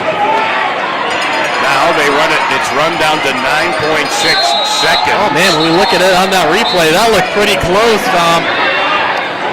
Check out this angle we have on our monitor here. Oh man. The ruling on the field. And they're going to review it. The ruling on the field was the runner's forward progress is stopped. That is not a reviewable play. First down, Harbour Monsters. Okay. Ooh. Caught a break. Duluth caught a break. I think that ball was out. It sure looked like it was. Didn't look like his hip was down. So the ball at the Harbour Monster 13. 9.6 seconds remaining in the second quarter. And Hassan Brockman, 1 wide out, straight ahead motion near side. That's Couch. Long throw for Couch. Overlet him. He had a step on Vishon Palmer defensively, but the pass thrown a little wide towards the far side, and it stops the clock with 4.1 seconds remaining. That would have been quite the execution, but now you're left with just 4 seconds after that long heave. Time for just one more play for Brockman to try to get it to the end zone. All right, You've got a wide out far side, wide out near side, slot near side. That's Cromie. Brockman gets the snap, quick throw far side. On the move, Maxwell. Maxwell has a lead block, but he gets only to their 20-yard line, and time runs out. He had a lead block from Kyle Lester, but he could not really capitalize on it. And we are at halftime with the score. The Wiseguys of Hot Springs 18 and the Harbour Monsters 15. And so we'll see what interim head coach Michael Johnson can generate in the locker room at halftime. So here at the... Looking for a career that moves you forward? At Jeff Foster Trucking, you're more than a number. You're part of a family built on respect, support, and stability. Whether you want local routes or long hauls, we offer great benefits and home time that works for you. Apply today at jefffostertrucking.com and drive your career forward. Extraordinary. With our endlessly adjustable colors and organic formulations, a perfect match is guaranteed every time. We offer group sessions, private classes, or personalized tailored just for you. Located here in the Twin Ports, we are the nation's leader. Visit Vic's Cosmetics today and get color cosmetics crafted right in front of you. No more settling for ordinary makeup when you can wear perfect treatment. Extraordinary. With our endlessly adjustable colors and organic formulations, a perfect match is guaranteed every time. We offer group sessions, private classes, or personalized tailored just for you. Located here in the Twin Ports, we are the nation's leader. Visit Vic's Cosmetics today and get color cosmetics crafted right in front of you. No more settling for ordinary makeup when you can wear perfect treatment.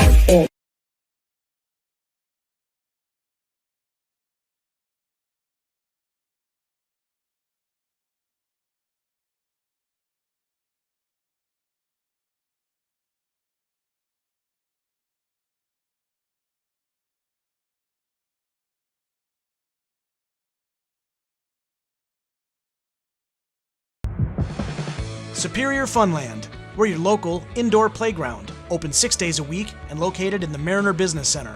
Funland is a great place to host birthday parties and other events. Visit us at superiorfunland.com.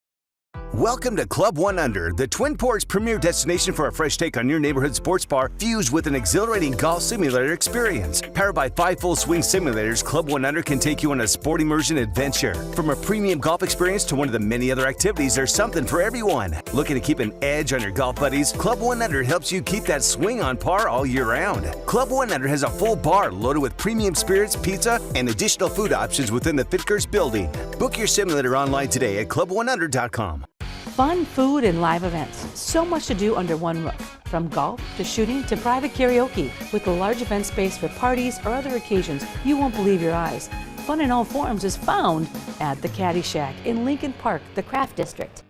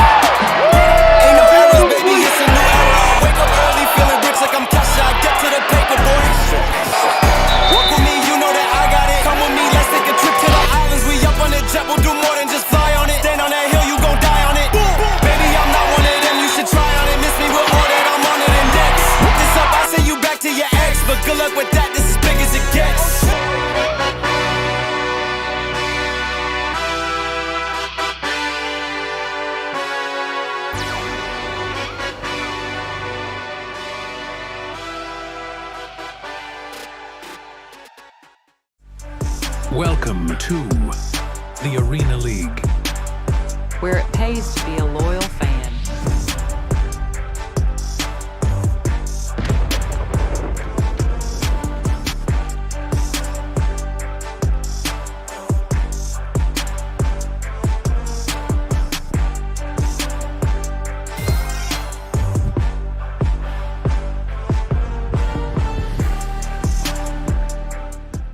In the quiet moments before dawn, champions are made.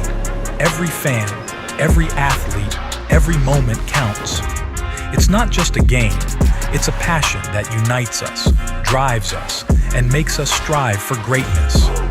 Greatness is wherever fans connect and call home. We believe in the power of the community. We believe in turning passion into action. We bring fans closer and transform loyalty into unforgettable experiences. Join us. Make every moment matter.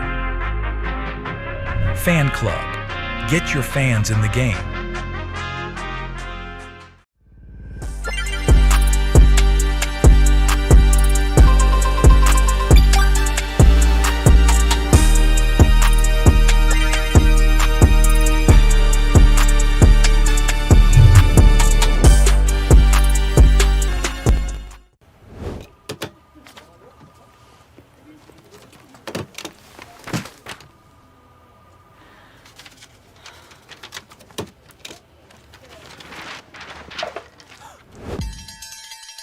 When you need a break, Pizza Ranch is ready. And if you're craving your favorite pizza, request it with Buffet Your Way. You name it, we'll make it for the buffet and make sure you get the first slice. Rough day or good day, sometimes you just need a buffet.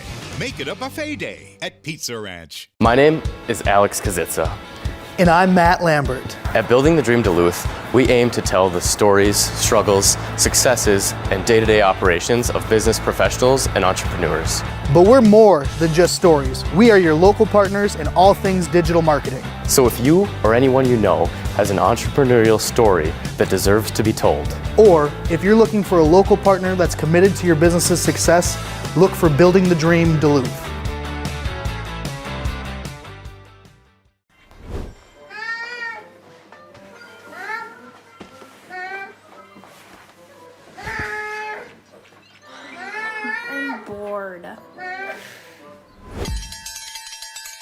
When you need a little fun, head to the Pizza Ranch and Fun Zone Arcade. For good food and good times, make it a buffet day and a play day. Have all your favorites and all kinds of fun. Make it a buffet day at the Pizza Ranch and Fun Zone Arcade. Your table is waiting at Barker's Waterfront Grill. Enjoy fine drinks and great cuisine in our lounge or out on the patio with great views of the marina. Sink your teeth into baby back ribs with our Thursday night special. Friday night, enjoy all the fish you can eat. Saturday night, prime rib is queen. Starting May 29th, join us for live music every Thursday from 5 to 7 with Tom Cockett. Great view and dining at Barker's Waterfront Grill.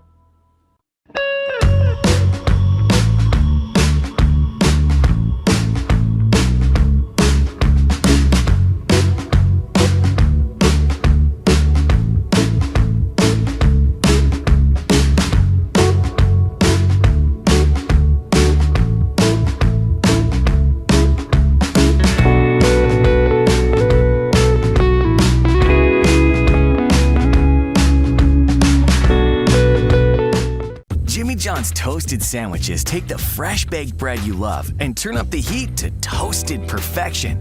Crispy and golden on the outside, melty and gooey on the inside. Order a toasted sandwich at Jimmy John's today.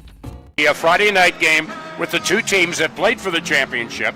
Then you were in Hot Springs, and then in St. Joe Mo. Tell us about St. Joe and the new vicinity there in St. Joe. Looks like they had a heck of a crowd. They did have a heck of a crowd, and a lot of it is because of that Jason Travis Kelsey sponsorship, the Garage Beer sponsorship, but the fans came out to the St. Joseph Civic Arena, which was different from, they used to be the Kansas City Goats. Now they're the Right. St. Joseph Goats, and it seems like they have a bit of a loyal following already. I mean, you got people in Goats uniforms. They haven't even played a game in St. Joe yet, but really the crowds have been good tonight.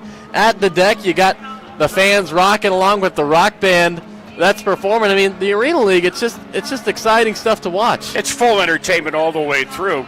The biggest thing was, I think what I have learned is that this league's philosophy, they don't want to be small fish in big ponds. Right. They want to be big fish in smaller ponds, and I think St. Joe fills that bill. I think they do as well. St. Joe, a history old town. I mean, a lot of this town, as well as Duluth, part of the Twin Ports. I mean, it's just loyal fan bases. It's good to see. Well, it wants to be known more than just the place where Jesse James was shot and killed. That's right. And the home of Walter Cronkite. We're at halftime.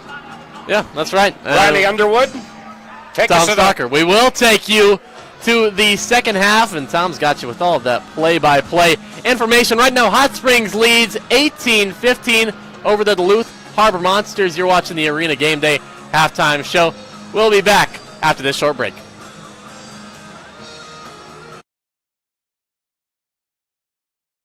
Your table is waiting at Barker's Waterfront Grill. Enjoy fine drinks and great cuisine in our lounge or out on the patio with great views of the marina. Sink your teeth into baby back ribs with our Thursday night special. Friday night, enjoy all the fish you can eat. Saturday night, prime rib is queen. Starting May 29th, join us for live music every Thursday from 5 to 7 with Tom Cockett. Great view and dining at Barker's Waterfront Grill.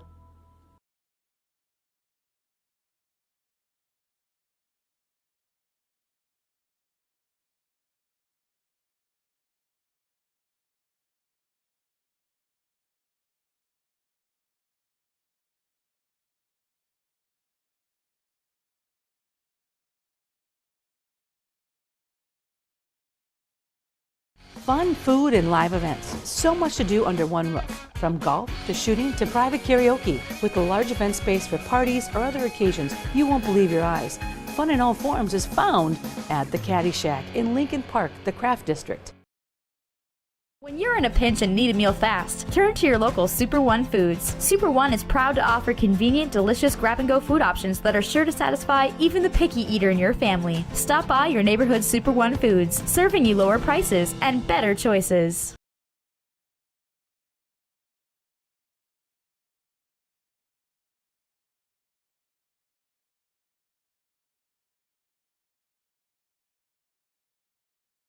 Has your roof seen better days? Did harsh winter weather cause ice damage?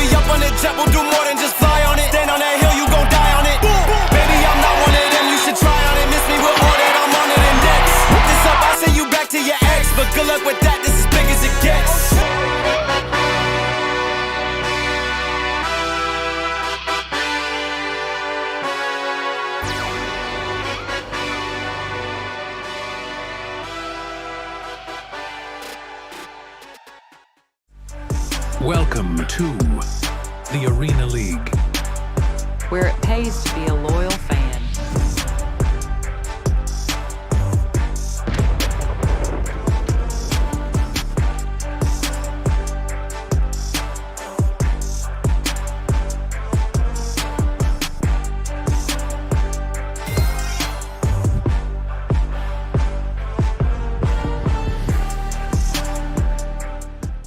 in the quiet moments before dawn, champions are made.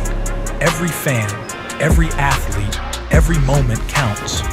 It's not just a game, it's a passion that unites us, drives us, and makes us strive for greatness.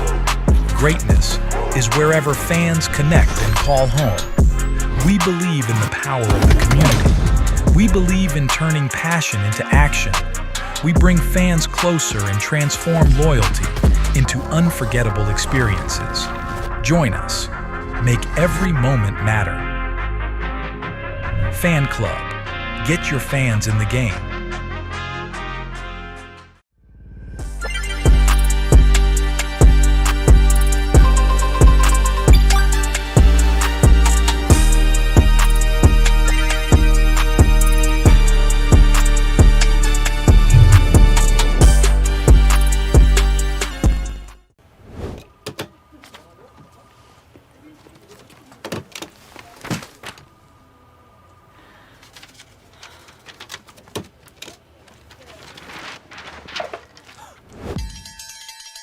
When you need a break, Pizza Ranch is ready. And if you're craving your favorite pizza, request it with Buffet Your Way. You name it, we'll make it for the buffet and make sure you get the first slice. Rough day or good day, sometimes you just need a buffet.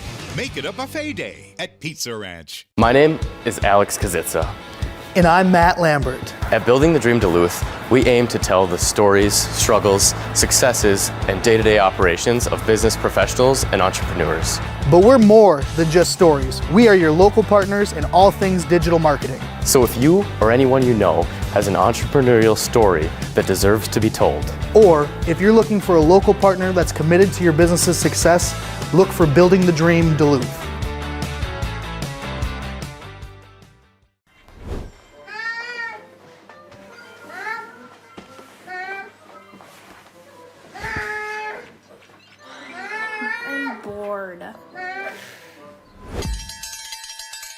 When you need a little fun, head to the Pizza Ranch and Fun Zone Arcade. For good food and good times, make it a buffet day and a play day. Have all your favorites and all kinds of fun. Make it a buffet day at the Pizza Ranch and Fun Zone Arcade.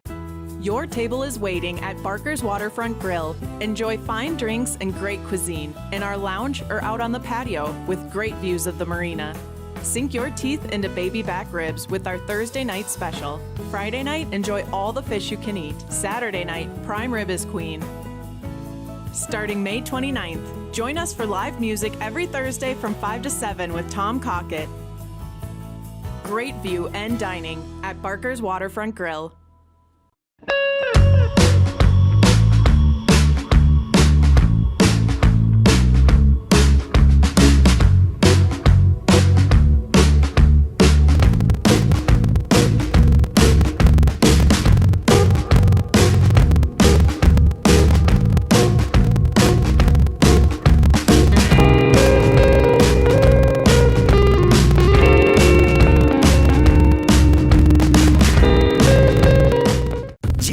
Toasted sandwiches take the fresh baked bread you love and turn up the heat to toasted perfection. Crispy and golden on the outside, melty and gooey on the inside. Order a toasted sandwich at Jimmy John's today. Expert service and seriously cool results. Call us today at 218-727-2817 or visit our website at sheldonduluth.com.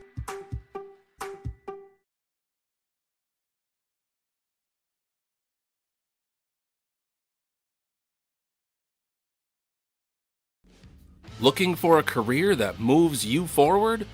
At Jeff Foster Trucking, you're more than a number. You're part of a family built on respect, support, and stability. Whether you want local routes or long hauls, we offer great benefits and home time that works for you. Apply today at jefffostertrucking.com and drive your career forward. My name is Alex Kazitsa. And I'm Matt Lambert. At Building the Dream Duluth, we aim to tell the stories, struggles, successes, and day-to-day operations of business professionals and entrepreneurs. But we're more than just stories. We are your local partners in all things digital marketing. So if you or anyone you know has an entrepreneurial story that deserves to be told. Or if you're looking for a local partner that's committed to your business's success, look for Building the Dream Duluth. Jimmy John's toasted sandwiches take the fresh baked bread you love and turn up the heat to toasted perfection. Crispy and golden on the outside, melty and gooey on the inside. Order a toasted sandwich at Jimmy John's today. Entertainment continues here at halftime with Hot Springs leading as getting ready for the third quarter by the score of 18-15. A reminder, next time the Harbour Monsters are here, June 28th. It'll be Superhero Night. I just have to go find a... What are you dressing up as? Well, I got to find a phone booth. They don't have them around anymore to change into Superman. And if you believe that, got a big bridge we can sell you that comes across from Superior. Yeah. By the way, Youth Night is July 12th, and this is going to be interesting. July 26th, last regular season home game. It's Anglers Night. Spinnerbait, bobber fishing, minnows, worms. Anglers Night? Anglers Night. All right. So that's what's coming up. Tonight, by the way, is Scout Night. Girl Scouts, Boy Scouts, all guests free of charge here this evening. And NFL Scouts? NFL Scouts. Well, maybe. Hey. But anyways, crowd did fill out a little bit once we had a little slow start to the crowd, but it's filled out well. Soundstage has been entertaining us right now, and the Harbour Monsters are emerging from their locker room, and we will likely see the Wiseguys. When I say that, I kind of go back to my Chicago roots for some reason. But the Wiseguys should be coming out pretty soon. And again, it will be the Monsters to open up with the football. And it's hard to put pressure on any one series, Ronnie, because of so many series you can have in a game.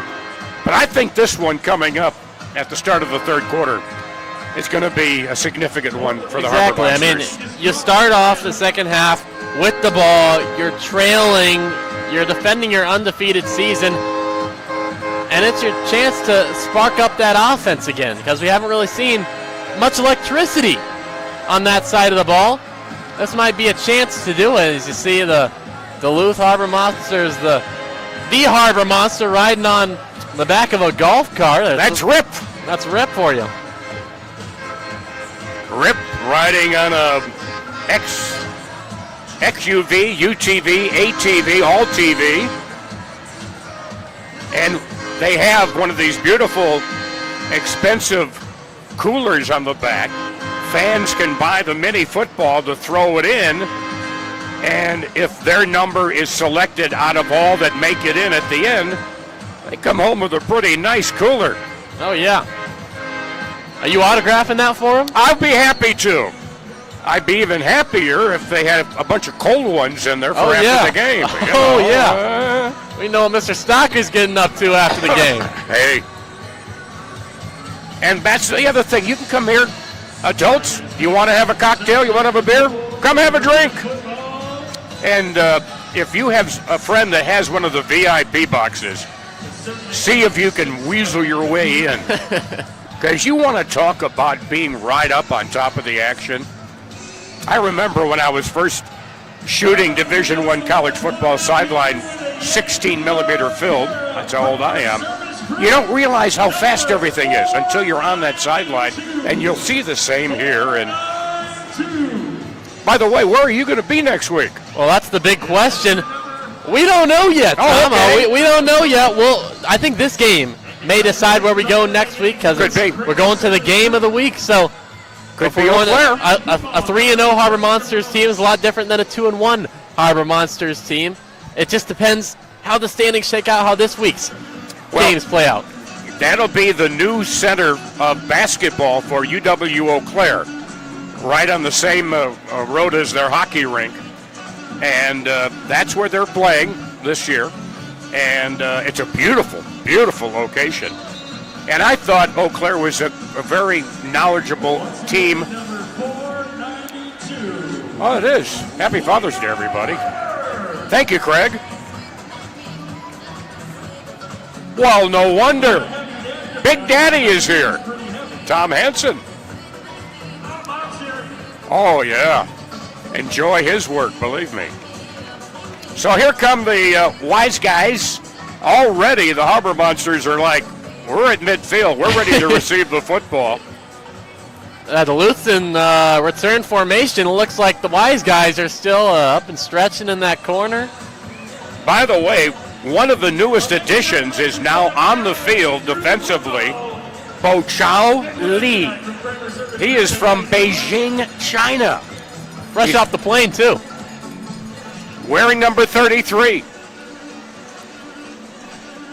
Yeah, he's a big defensive lineman. We haven't seen him make much of an impact in the first half. He's been out there for a couple of snaps. He has some experience professionally in the Canadian Football League. Sam, you got big size in Samson Ty. You've got Lee. You've got Witt and Whitmore. You got some beef up there on that line, and I know that's a nickname of a team in another league. That's a team, you know. Omaha Beef. The Omaha Beef. You know who beat that team? Who? That was Michael Johnson. When he was the head coach of an Arena League team in an exhibition game that they didn't think had a chance. The Omaha Beef hadn't lost in so long. Michael Johnson comes along, smokes them on their home turf, and kind of knocks down the rep a little bit of that league and comes over to the Arena League. Yep. The defensive coordinator, interim head coach tonight. We'll see Tony O'Neill back on the sidelines when they head down to Eau Claire next week.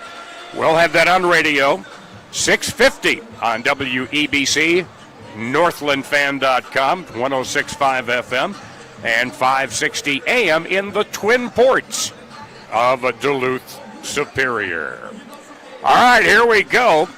The throw from the end zone to our left, and that is Crockett.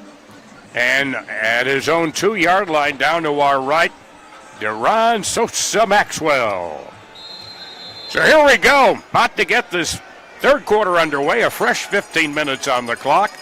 And the throw. Lower. Takes a bounce. Nice field at the 3 by Maxwell.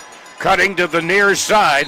But he went right into the arms of it looked like Taylor Hunt, who makes the stop. And they will mark him down at his own 11-yard line. 1st and 10 at the 11 as we get the third quarter underway. Alongside Riley Underwood, I'm Tom Stocker. Glad you're with us tonight. So at the 11, let's see where we go. Now Whitmore in the backfield along with Demo. Either side, Whitlock, I should say. Snap back. Brockman hands off. Demo trying to sweep around right side. Gets knocked off his feet by Vishon Palmer over on the far side. He picks up a total of 4 yards to the 15. 2nd down and 6 at the 15. So they go to the ground right off the bat. And with Whitlock in the backfield and Demo, you got some protection for Brockman. Now here's Demo sweeping to the near side across the 15. He runs into Chapman and powers Chapman up to the 19-yard line. A pickup of 4. It'll be 3rd down, 2 yards to go. Hot Springs has been tackling pretty fundamentally. This look like those hurt. Full house backfield, straight to Brockman, runs straight ahead, fumbles the ball, recovered by Primes, and he is tackled on the Harbour side of midfield. Brockman with the fumble. How about that to start off a drive? We said we needed a spark out of the Duluth offense, and then they turn it over, and Hot Springs takes possession. 1st and 10 at the positive 23-yard line of the Harbour Monsters. Well, you had the big beef in the backfield. Finally, but then he runs straight ahead. Doesn't have much blocking. Well, he ran ahead of the beef. The beef wasn't there blocking for him. Crockett tackled him from behind and poked that ball out. Primes recovers. Wiseguys, a good position. Hassan's not the biggest guy out there either. No. All right, Ambrose trying to cut outside, runs into the waiting arms of Samson Ty. They give him progress of 2 yards to the 25-yard line, bringing up second down at 8. Actually, a loss of 2, excuse me. So back to midfield. Second down, 12 yards to go. 2 minutes gone in the third quarter. It is 18-15. The guys in white down there who are watching on TV, the Wiseguys. All right, Ambrose has got Hicks to his right. Wide to the near side is Evans. One wide out far side is Dilworth. He's looking in Dilworth's direction. Throws it off short midfield. Taken in by Hobbs. And he rambles down to about the 12-yard line, 12 or 13-yard line, for a pickup of 12 and a first down for the Wiseguys. Well, either Jordan Grundy, the offensive lineman number 77 for the Wiseguys, doesn't strap up his helmet very tight, or someone's getting up under there every time, because that's about the third time his helmet's popped off at the line. They do come in sizes, don't they? Yeah, I think they've advanced to that by now. I think they have. And now we got a penalty marker thrown before the snap of the football. Delay a game. Too much whining. So delay. And it puts the ball back at the 18-yard line. First down and 15 at the Harbour Monster 18. Positive 18-yard line. Jordan Ambrose.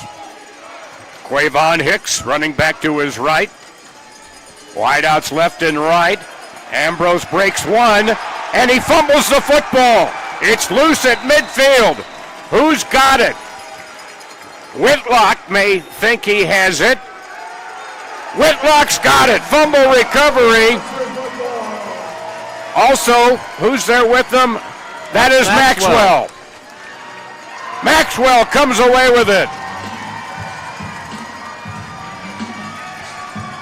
So Maxwell with the strip sack pounces onto it. He said, I'll keep that ball. He spikes it, then grabs it, walks away with it to the bench. So it's now 1st and 10 in positive territory at the Wiseguys' 24-yard line. Gang tackling paid off. Because really with Ambrose, that's how you got to corral him. All right, they're back to the formation they started this half. 2 big running backs back either side of Brockman. Handoff, Demo. He's got a lane, but is brought down from behind for a gain of a yard by Jamon Williams. Not much going on there. The Harbour Monsters need to find a reliable receiver to go to. No gain, 2nd and 10 at the 24-yard line of Hot Springs. 18-15. This game could be on pace for the lowest scoring of the Arena League game ever, the way it's going now. But that can change in this game in a hurry. All right, now they break that backfield up a little bit as Cromie in motion straight ahead, near side, wide out far side. Oh, my goodness. There's a helmet grab. Face mask called against Crockett. And you could see Brockman's head just snap back. Yeah, that was the old Kansas State-Nebraska no call, except this time they had no choice but to call it. Everyone in the building saw that one. Crockett can do nothing but tap himself on the chest, say, I did that. So it'll go up 5 yards, even more, all the way down to the 12-yard line. So it's a 15-yard penalty, but half the distance, and it is 1st and 10 at the Wiseguys 12. Big opportunity there, and hopefully Hassan's okay, because his head just whipped right around. Demo in the backfield with him. Now slot man in motion, near side is Couch. Back to throw, stepping away, Brockman throws, broken up. Looking for Couch at the goal line at the far boards. And reach around breakup by Vashon Palmer, and it's 2nd and 10 from the 12. Looked like Couch was the intended target ever since he was set in motion and got put into the slot position. Palmer was with him step by step on him like a blanket. Which with our weather up here is not a bad thing. It's been a little cold for us even up here. I'll tell you, man, I got off the plane this morning and I got some shorts and a t-shirt on. That air hit me, man. Rowdy kept wondering where the frozen tundra was. Back to throw now, Brockman. I found it. Throws it off to Whitlock. Whit down to the 5-yard line, tripped up on the play by Palmer. Whitlock with it to the 6-yard line, a pickup of 6. 3rd down and 4 yards to go, but they're 6 yards away from pay dirt, trailing by 3. Oh, my goodness. And we have a little bit of a legal procedure. Jamal Couch in motion and missed on the snap count. It goes back to the 11-yard line. And it'll be 3rd down and 9 at the 11. Well, but again, you're 11 yards away. I mean, he was a little more than just in motion. He was in the end zone and the ball hadn't even been snapped yet. I think he wanted to party with some of the VIPs outside the boards. Snap back, Brockman's got it. He's got Demo blocking. Overthrows Whitlock wide open on the near side between the hash marks and the near boards. At the 5-yard line, it'll be 4th down and 9. And look what we got again, Rowdy, a 4th down. That pressure was applied by Shaq Robinson.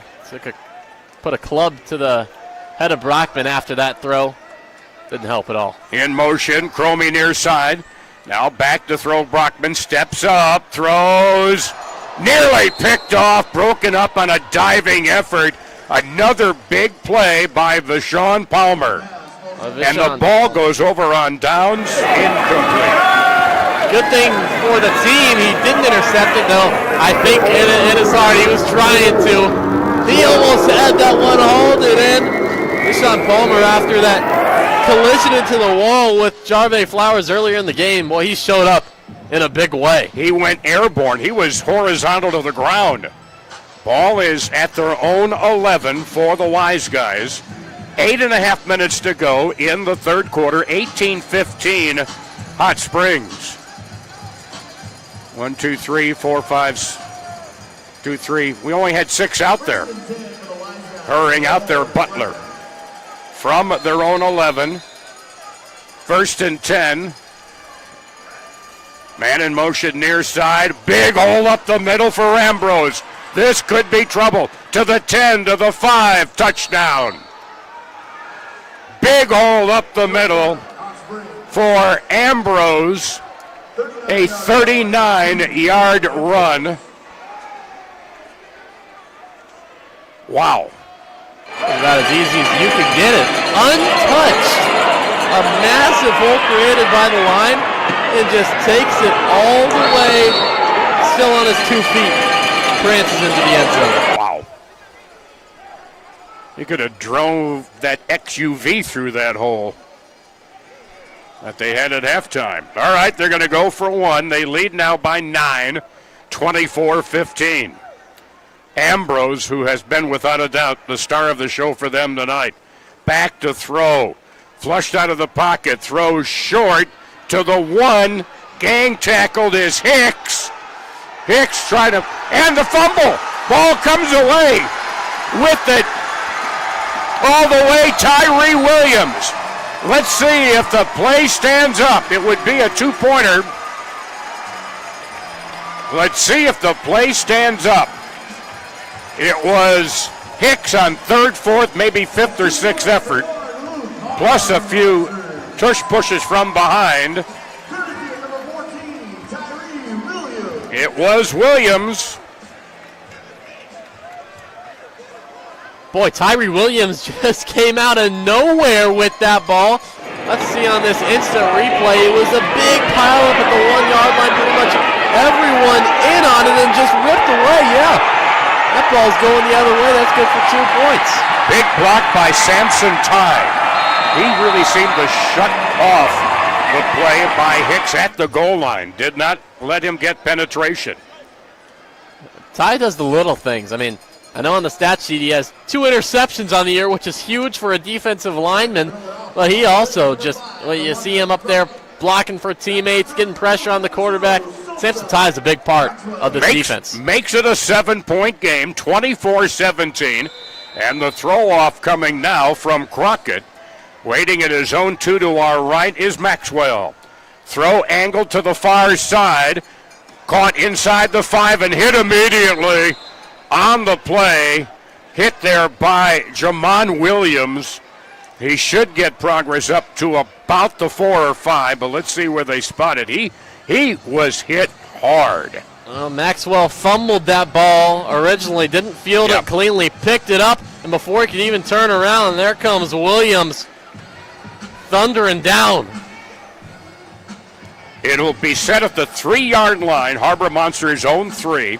7:04 to go in the third quarter. 24-17 Hot Springs.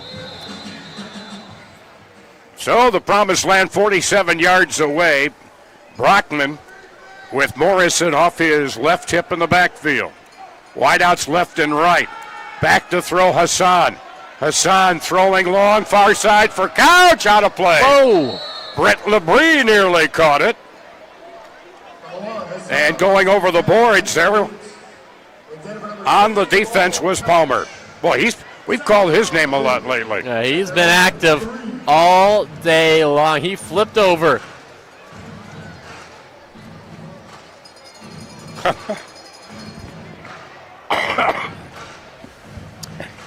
One of our finest from Duluth in the middle of all that. Christie, yeah.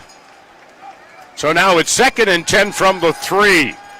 Brockman, pump fakes, is going to run it out, and he's up to the 10-yard line, picks up 7, tackled on the play, and I knew the one guy whose number we didn't have would get in, number 10. Well, that's Cam Nathan. He switched his number before the game time. 21-10. Got it. So I got you. It's up at the. I know you do. Thank you. Need all the help I can get sometimes. Snap back to Hassan on 3rd down. Throws near side. Catch at the 15. Catch made by Marcus Sessoms. Haven't called his name much this evening. And he comes through with a big catch. And it's enough for a first down to the 15-yard line. And a 1st and 10. Sessoms has good hands. He's good for a first down catch when you need one. And what a block there also by Morrison in the backfield. Possession guy. There's a pitch back. Morrison gets the pitch from Brockman. He gets upended to about the 17-yard line and tackled on the play. A pickup only a couple of yards to the 17. 2nd down and 8 from the 17-yard line.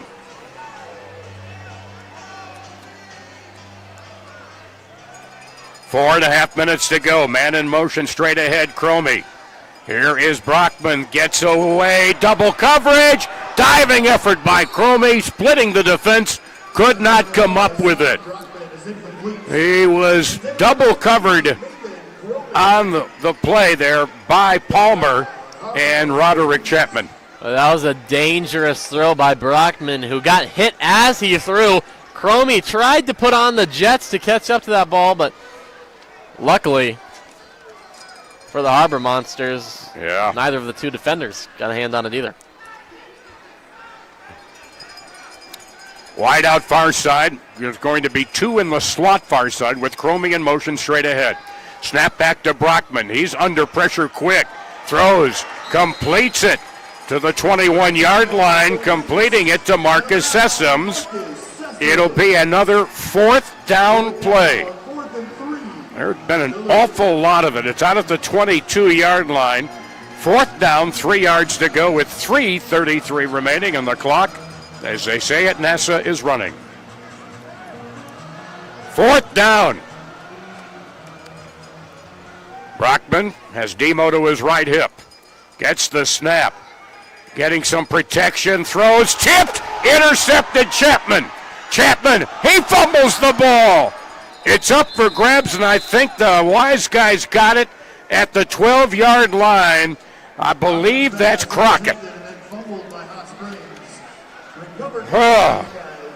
Incomplete pass. Tipped. Intercepted. Good defense with the tip, and then right place, right time. Hot Springs now has good field position. Puts more points on the board. Here it is. Deflected from one to the other. Deflected from Crockett to Chapman. And he fumbles, and the battle is on for the ball. 1st and 10 now. 3 minutes to go, 3rd quarter at the Harbour Monster 12-yard line. Man in motion, Evans. Trying to pick his way through traffic is Ambrose, corralled by Dante Mason. And they give Ambrose progress to the 10. He picks up 2, 2nd and 8 coming up. Key turning point in the game here, Riley, isn't it? That sure is. I also have to mention, the interception-less streak by Hassan Brockman, well, it's now over. Yep. His first of the year from the 10 of the Harbour Monsters, 2nd and 8, Wiseguys. Ambrose sends a man in motion. That's Dilworth. Rolling to the near side, directing traffic in the end zone. Throws across his body. Leaping catch outside the end zone and diving into the end zone, Terrell Brown. But a penalty marker is down back at the 10-yard line. Man, those moves look like Michael Jackson after in the end zone trying to replicate those. Diagonal pass, yeah. Yeah, diagonal pass. And okay. Past the line of scrimmage. Loss of down. 3rd down. So it's now 3rd down and 8. And the ball goes back to the 14-yard line of the Harbour Monsters. 3rd and 8, loss of down for the illegal forward pass. After the penalty, 3rd down, Hot Springs. Watch Bo Chow Lee, number 33, come off the edge. He's been giving Vincent Hobbs fits on the line the past few snaps. He's a load. He is, of course, the newcomer out of Beijing, China. Well, it's not 3rd and 8, Tom. Let's go back here. It's 3rd and 12. 3rd and 12 from the 14-yard line.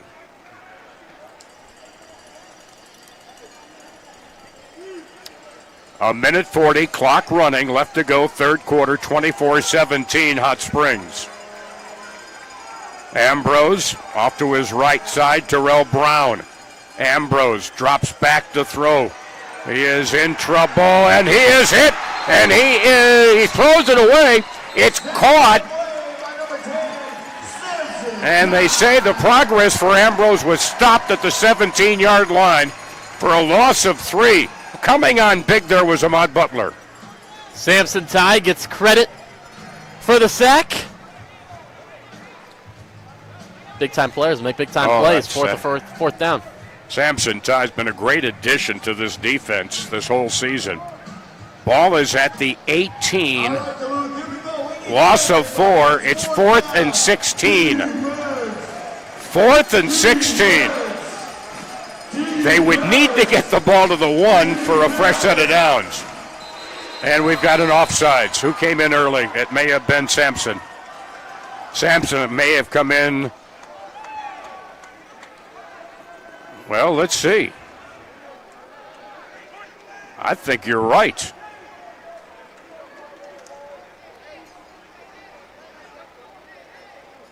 So that could also mean illegal procedure against the... It's going to be offsides. You've got 2 linesmen now. They have 2 linesmen now on the crew. Offside. Defense number 21. 5-yard penalty. 4th down. So it changes from 4th and 16 to 4th and 11 at the 13-yard line. 4th down and 11. And we're inside of a minute. We're about to dive into the fourth quarter, folks. A 7-point football game. 24-17. Bad snap. Picked up by Ambrose. Breaks one. Can't break Samson Ty. Dumps it off near side. Dumped it off to Brown. And he got hammered. Ahmad Butler, man, he came in like a missile. So it'll go over on downs, folks. Harbour Monsters get it back. The defense comes through big time here with the assist of a couple of penalties. Illegal forward pass costing him a down. And, of course, Harbour Monsters offsides as well. But it's 1st and 10 Monsters at their own 8-yard line. Just 18.3 seconds remaining. Time for one, maybe two plays at most before we go to the fourth quarter. They start the clock. Quick pass near side to Couch. Tried to cut to the middle, and he's brought down at the 7-yard line for a loss of This is the a end yard. of the third quarter. And he's tackled by Williams, and that is the end of quarter number 3. 1 quarter to go, and the Harbour Monsters head into that quarter down by 7, 24-17. Back with the fourth quarter after we take this timeout.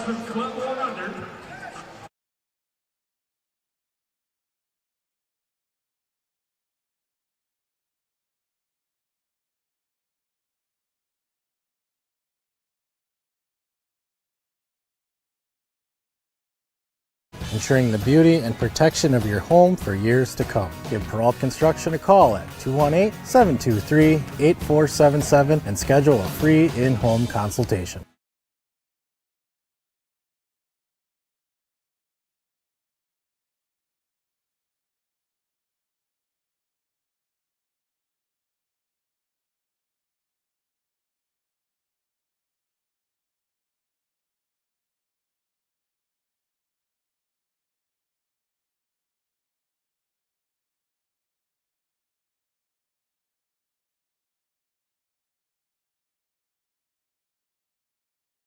Your table is waiting at Barker's Waterfront Grill. Enjoy fine drinks and great cuisine in our lounge or out on the patio with great views of the marina.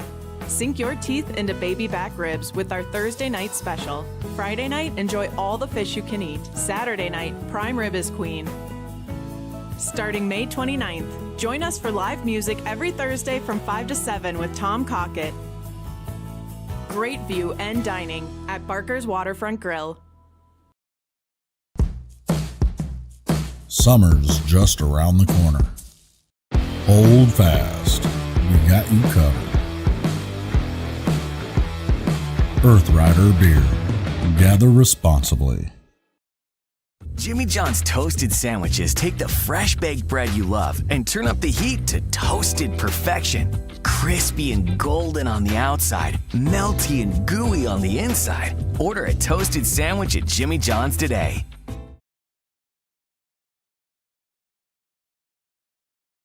Down to 15 minutes left in this one. Harbour Monsters facing 2nd and 10 at their own 8-yard line, along with Riley Underwood. I'm Tom Stocker. And it's, in terms of the fourth quarter, it's now or never.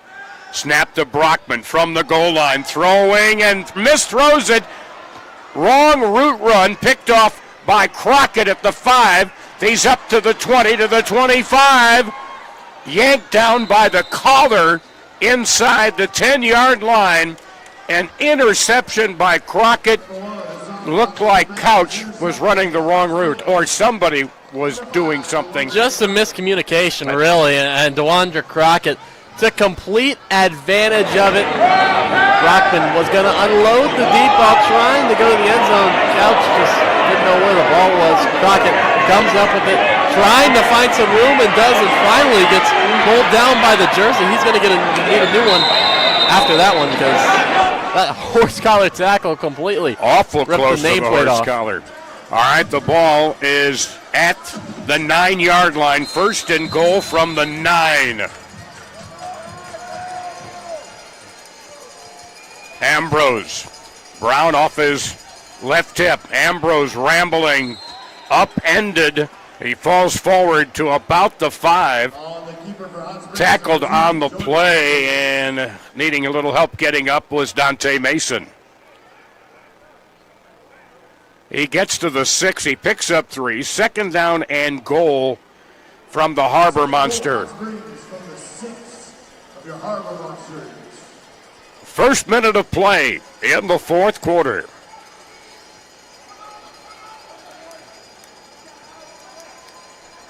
And now on second down, Ambrose, a quick forward pitch, heading to the right side on the catch, Lou Dorsey, the former Fighting Illini, and he is brought down at the 4-yard line. He picks up 2. This is the time for Duluth defense to step up. A touchdown here makes this a completely different game. Completely changing the complexion of this. Third and goal from the 4. And this is where you really got to keep an eye on Ambrose. 2 wide to the far side, 1 in the slot. Ambrose rolls out near side. Ambrose to the 5, throws, leaping catch against the boards in the end zone. Touchdown. Touchdown, Wiseguys, Lou Dorsey. Looked like Ambrose wanted to run there on the outside, but realized he couldn't cross that line of scrimmage outside of the running game.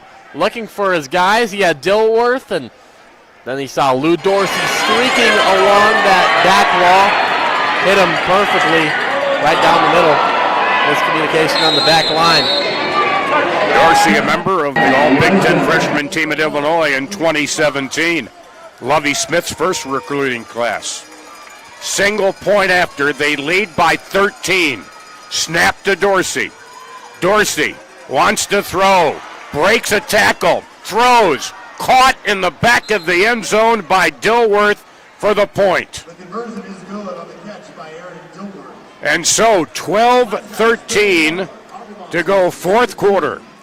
The Harbour Monsters in trouble, trailing 31-14.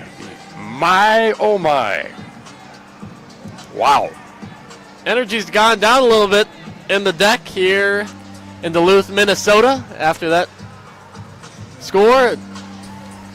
I wouldn't expect the Harbour Monsters to roll over, though. This is a team that's coming off an Arena Mania championship.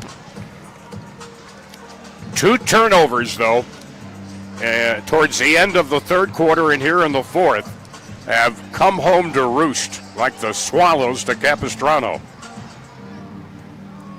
12-13 remaining.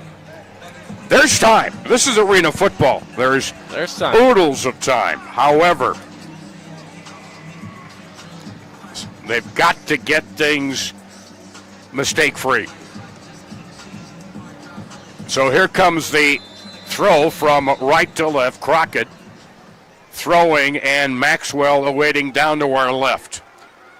The throw, low, takes a high bounce at the 3. Along the far boards, breaking free. He's going to go all the way. DeRon Maxwell breaks free. Now, the Wiseguys are saying he's down at the 20-yard line. That'll be reviewed. About a 47-yard return if it stands up. And that changes things in a hurry. It sure does. When you thought the Wiseguys had all the momentum, here comes Sosa Maxwell, stutter step, take it to the house, young man, all the way, and the fans love it. They love Sosa, that's what they say. The ruling on the field is a touchdown. This play has been challenged by Hot Springs. There will be a replay review. Well, they're going to replay it, and I think we should take a replay look as well, which we will once they get it all queued up. Here we go. We keep an eye at about the 20-yard line.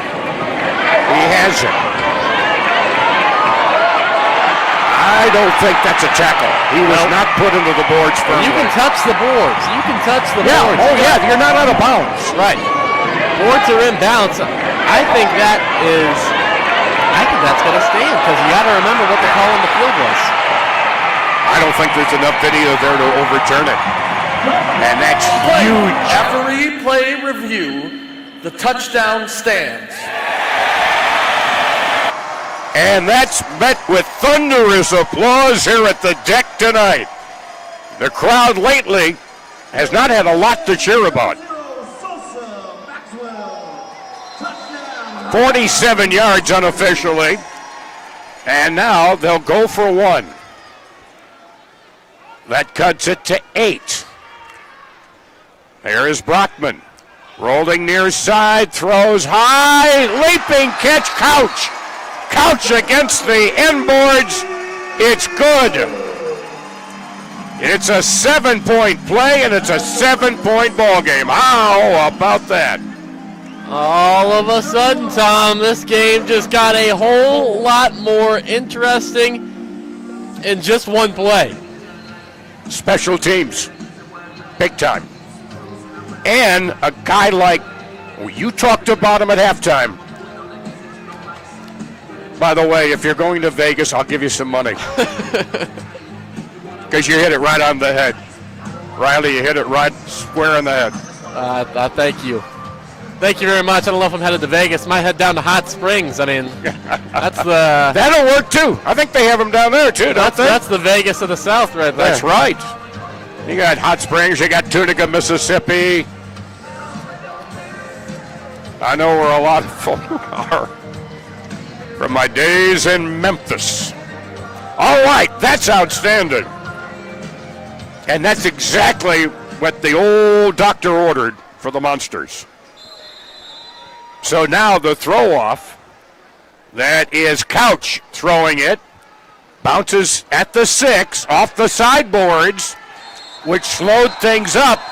No fumble. Ball is down. It looked like it came loose and recovered, I believe. The return was Evans, and thought he coughed it up, but they say no, he was down against the boards. Bo Chow Lee laid the lumber against the boards.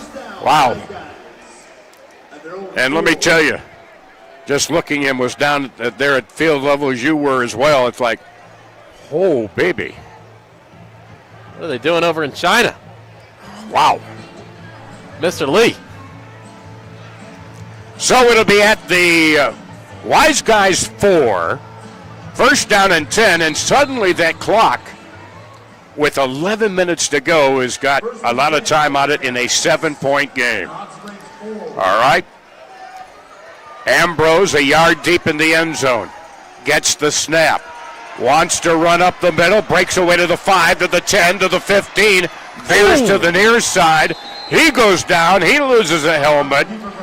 Jonte Mason helped knock him off his feet, and Ambrose went tumbling. My goodness, Tyree Williams with a big-time hit sends the helmet of Jordan Ambrose flying. Headband goes with it. But it goes all the way, a 25-yard run. First and 10 at the Harbour Master 22-yard line. That's how quick things can happen. But they still have a ways to go. Ambrose, a man off to his right side. Wide out near side, slot near side. Is Ambrose trying to avoid the rush, throws it over the middle. Immediately wrapped up and tackled at the 17-yard line is Lou Dorsey, and Maxwell is there to make the stop. Dorsey's a big guy to throw down. Maxwell looked like he did it with ease. About a 6-yard gain. I tell you what, he was a tight end by trade in college. Pickup of 6. Second and 4 at the Harbour Monster 16-yard line.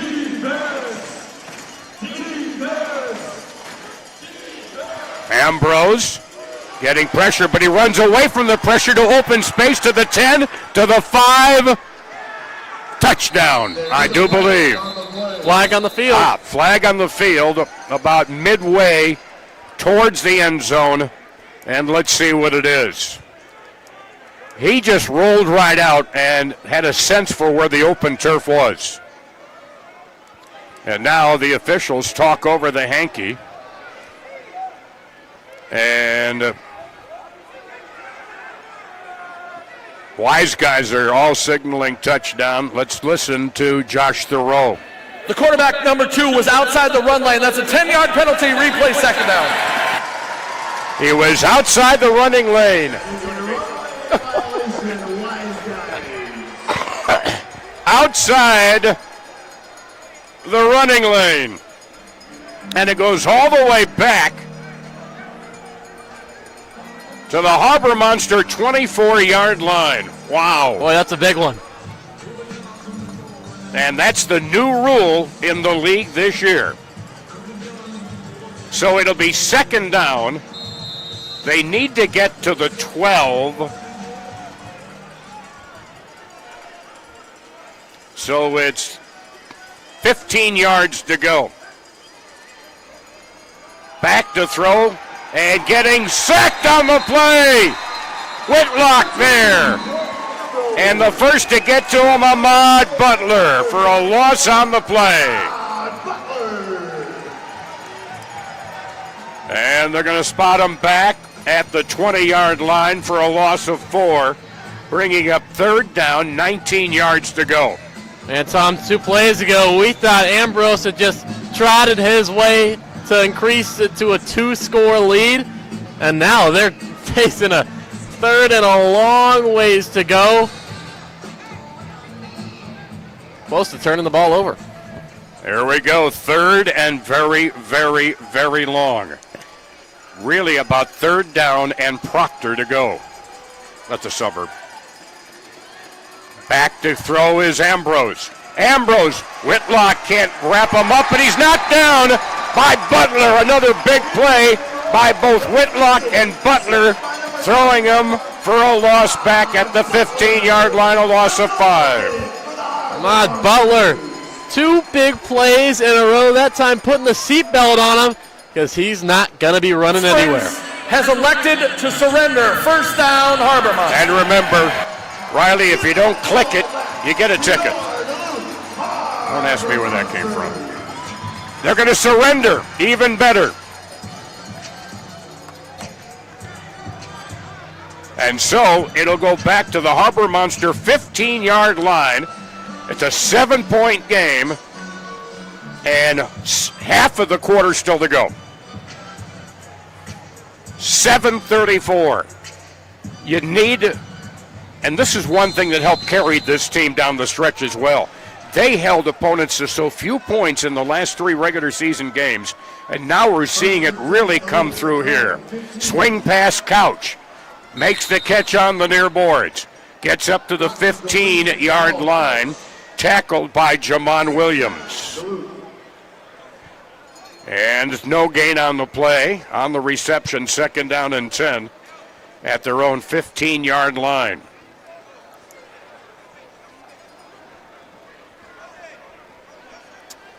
And so, let's see. Brockman reading the play to Couch. Heads back. Play clock to 13. Plenty of time on it. Demo to the left of Brockman. Back to throw. He's got time. Now is flushed out of the pocket and caught from behind and thrown down rather unceremoniously by Crockett. Lost back to the 12, a loss of 3. And it'll be third down, 13 at their own 12-yard line. Both defenses are starting to really stiffen up here. Have to in a time like this. Crockett came running down the backside from his cornerback spot to make the hit on Brockman. All right, 6:05 remaining. Play clock down to 5. They get the snap up. Brockman in trouble. Dropped at the 1-yard line. Crockett again. Also pressure by Taylor Hunt. Wow, a loss of 12. The Harbour Monsters have elected to surrender. And they're going to surrender. Back-to-back surrenders. I'm not sure I've seen that yet this year. No, I mean it's not the glamorous move, but it's a smart one in this situation. You take advantage of it. You have to take advantage. It's there. Since we don't have the real punt, that's what you got to do. And so it'll go now to the Wiseguys 15 on the surrender. First down, 10 yards to go. 5:47 remaining in the fourth quarter. 31-24 Hot Springs. And this one,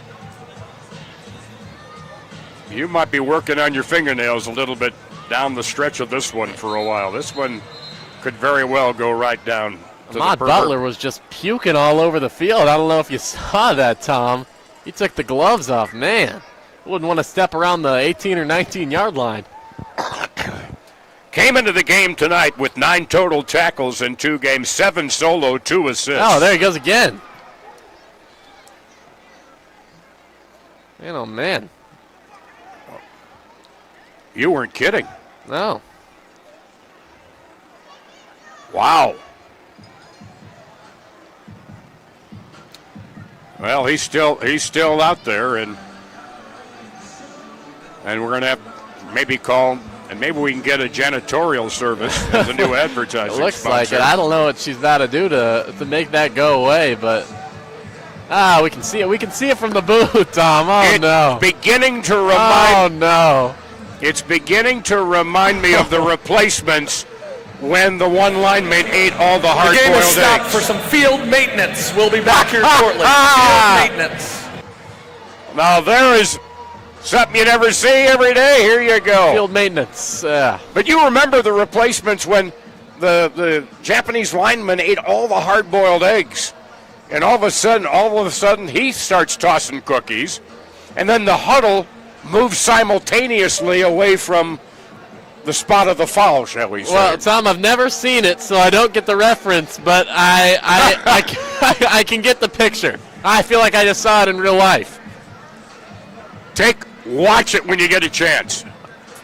The replacements. I don't know if I want to after seeing that. Well, that's not the only thing. It does have a very nice female lead in Brooke Langdon. Wish I knew who that was, Tom. Wish I knew who that was. Well, don't worry about it. I think that was her big starring role anyways. And Keanu Reeves as the replacement quarterback. Oh, I know Keanu Reeves. Yeah. Thank God, folks, he knew one of them. I don't feel so bad. I'm just kidding. I am just kidding. Well. I wouldn't want to have that job. Man. Scooping it up like a dog or something. It would also help learning how to clean that up if you ever owned a cat. They throw up a lot. They do, honestly. You got one, Tom? Oh, yes, we do. We've had 5 over the years. Man. Not all together. They get kicked out, and they usually run to a carpeted area to do it. Not on the tile floor. Man. They run to the carpeting to do it. Here, it's all carpet. It is all carpet. I don't know. So we do have field maintenance. 5:47 remaining fourth quarter. Oh, man, they're making the reserve wide receiver Tony McCraw clean it up, too. Man, he's spraying the water on it. 31-24 Wiseguys. It'll be 1st and 10 for Hot Springs at their own 15-yard line this after the Harbour Monsters had surrendered on 4th down. This still is a low-scoring game for this league. All right, Ambrose and a big circular man in motion, Evans, running straight ahead to the 15-yard line on the play. On the run there was Hobbs, but he picks up no gain, 2nd and 10.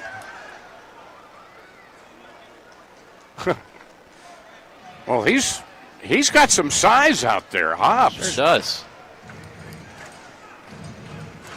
You know, some of these guys, it gets tough to put both arms around.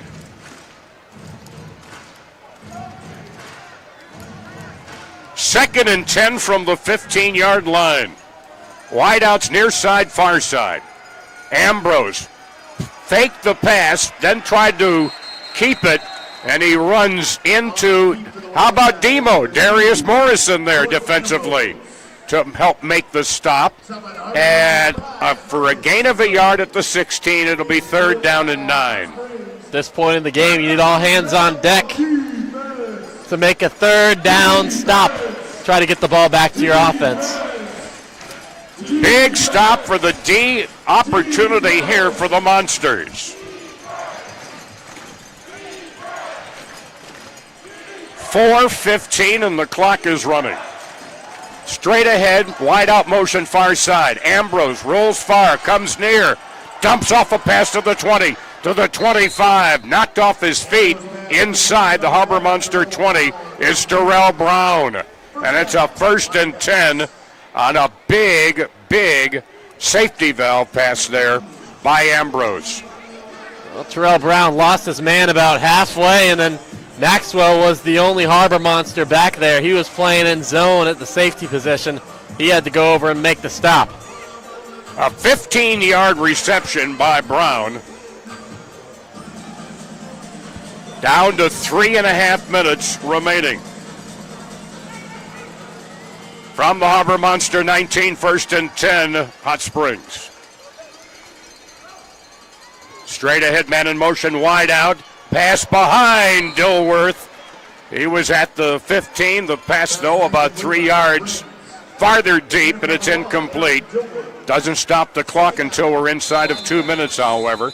2nd and 10 now from the Monster 19-yard line. Harbour Monsters, their first timeout of the second half. All right, you just heard referee Josh Thoreau. First timeout of 3 for the Harbour Monsters. Mainly here right now. Riley, stop the clock. Yeah, they need as much time as they can get. When you let up that 3rd down conversion on a 3rd and 9, it's hard to get your defense back and geared up to get another stop, because you just went 2 downs. Now you went 1 down. All right, we stopped. Now it's 2nd and 10. Got to stop the clock, because the offense isn't ticking right now where they can go 1 throw and score a touchdown. And now the Harbour Monster defense that has played well, only given up 1 touchdown, the 4-yard reception to Dorsey with about 12-plus minutes remaining, but now 9 minutes on the game clock later. It's getting real critical time for the DHMs, the Duluth Harbour Monsters. 2nd and 10 from the Monster 19-yard line for Jordan Ambrose. A running back off to his near side. Straight ahead, wide receiver in motion, that's Brown. Ambrose tried to run, gets wrapped up, throws it, and they're going to say he's down. Progress was down. He was hit first by Tyree Williams and then wrapped up by Maxwell. They're going to say a loss of 3 yards to the 22-yard line. 3rd down and 13. Harbour Monsters, their take second timeout of the second half. Their second timeout to stop the clock with 2:44 remaining. Monsters trailing 31-24.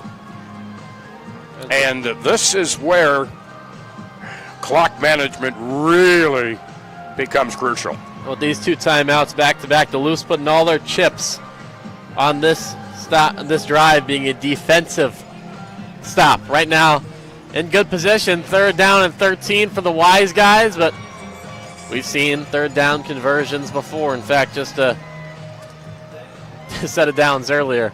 This will be the 6th play of the drive. Now, when we get inside of 2 minutes, a reminder, you can stop the clock with an incomplete pass. You don't necessarily want to throw a bunch of incomplete passes, but sometimes that is a benefit.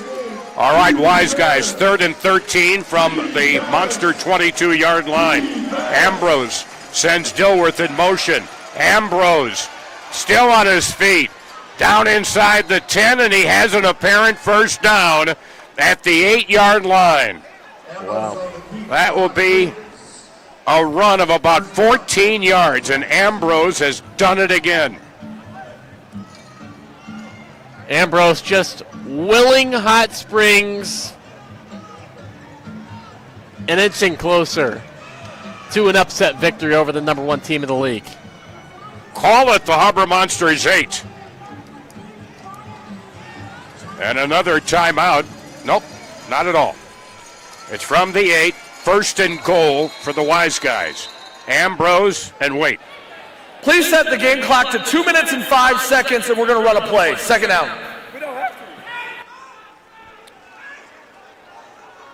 All right, that announcement from referee Josh Thoreau. By the way, his line mates, linemen are Zach Gustafson, Kevin Hillman. Tom Schiller is also on the line. The back judge, Kevin Hillman. Sky judge is clock will Billy start Tuss. on the snap. So after this play, we will have our 2-minute warning. First and goal from the 8-yard line. In motion, Dilworth. And Ambrose tried to run it straight up the gut. Ran into Deron Maxwell. This is the no gain on the play. It'll be 2nd and 10. And we will keep it here. It is the 2-minute warning here at the deck. A reminder on our radio listeners and the Twin Ports. It is WEBC 106.5 FM, 560 AM, Duluth Superior. Also our viewers on My 9, on FANCLB.com, and on the Arena League YouTube. You can go back and rewatch all these games, too, on the Arena League YouTube page, as well as on the Fan Club app, where you can download the app with some prizes as well. And that's FANCLB. That's right. Which I've got the app on my phone, and you can get stats. You can pick up points. You can be a fan of a particular team in the league and earn points by visiting the app. It'll be 2nd down and 10 now from the 8-yard line. Me? It's on my DVR at home. That's how you do it, man. Hey. All right, Ambrose. 2 wideouts near side, wing back on the near side. Snap back to Ambrose, breaks 1 tackle, scrambles to the 10, throws into the end zone, broken up. Broken up beautifully by Zach Hannibal. Intended for Terrell Brown on the near side of the end zone. Boy, that was a dangerous pass by Jordan Ambrose. He did a good job of escaping the first tackler. He's about to run, then he sees an opportunity. Maybe he can lob it up to his receiver. Hannibal gets a hand up easily. Could have been a turnover, just in better position, but good job by Zach Hannibal to bat that ball away. Now the Wiseguys. Timeout, Hot Springs, their first timeout of the second half. All right, they're going to take a timeout. The clock stopping on that incomplete pass with 1:52 remaining in the fourth quarter. 31-24 Wiseguys over the Harbour Monsters. Harbour Monsters came into this game undefeated 2-0. Wiseguys 1-1 with a win over fellow expansion team Eau Claire that lost last week to the Iowa Woo in Waterloo. Harbour Monsters will be at Eau Claire for their first meeting with the Axemen. We'll have it on radio in Duluth Superior at 6:50 next Saturday night. Hot Springs is going to play Ozarks at home, and well, they have a fun running back to watch in Brandon Mackey. He had 6 touchdowns on the ground last game, including one that got him on Sports Center. Wow. All right, wide out near side Dilworth. Slot near side Evans. Ambrose scrambling. Throws to the end zone. Caught in the far corner by Dilworth for a touchdown. Touchdown, Hot Springs. An 8-yard reception by Dilworth. Dilworth with the 8-yard reception, the scrambling by Ambrose made the play.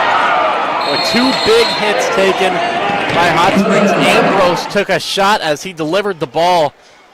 And Aaron Dilworth put his body on the line, catching it, slamming into the wall, but that all but about seals it right now for Hot Springs.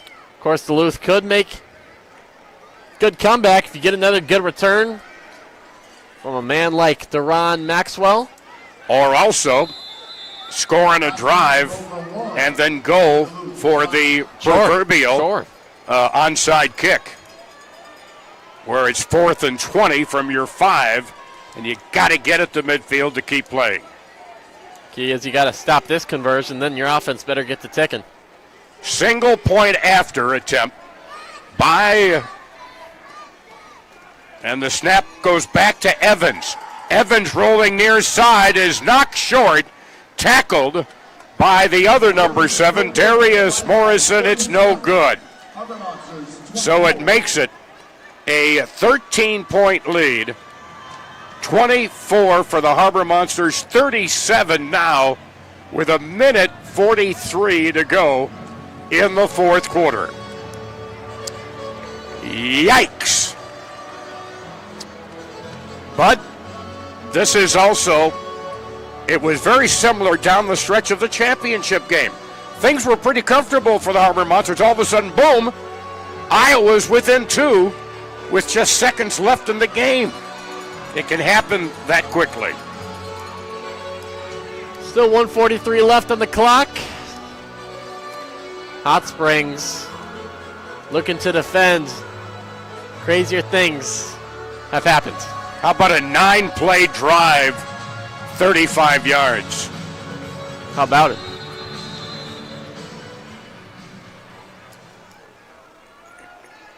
So now the throw by Crockett.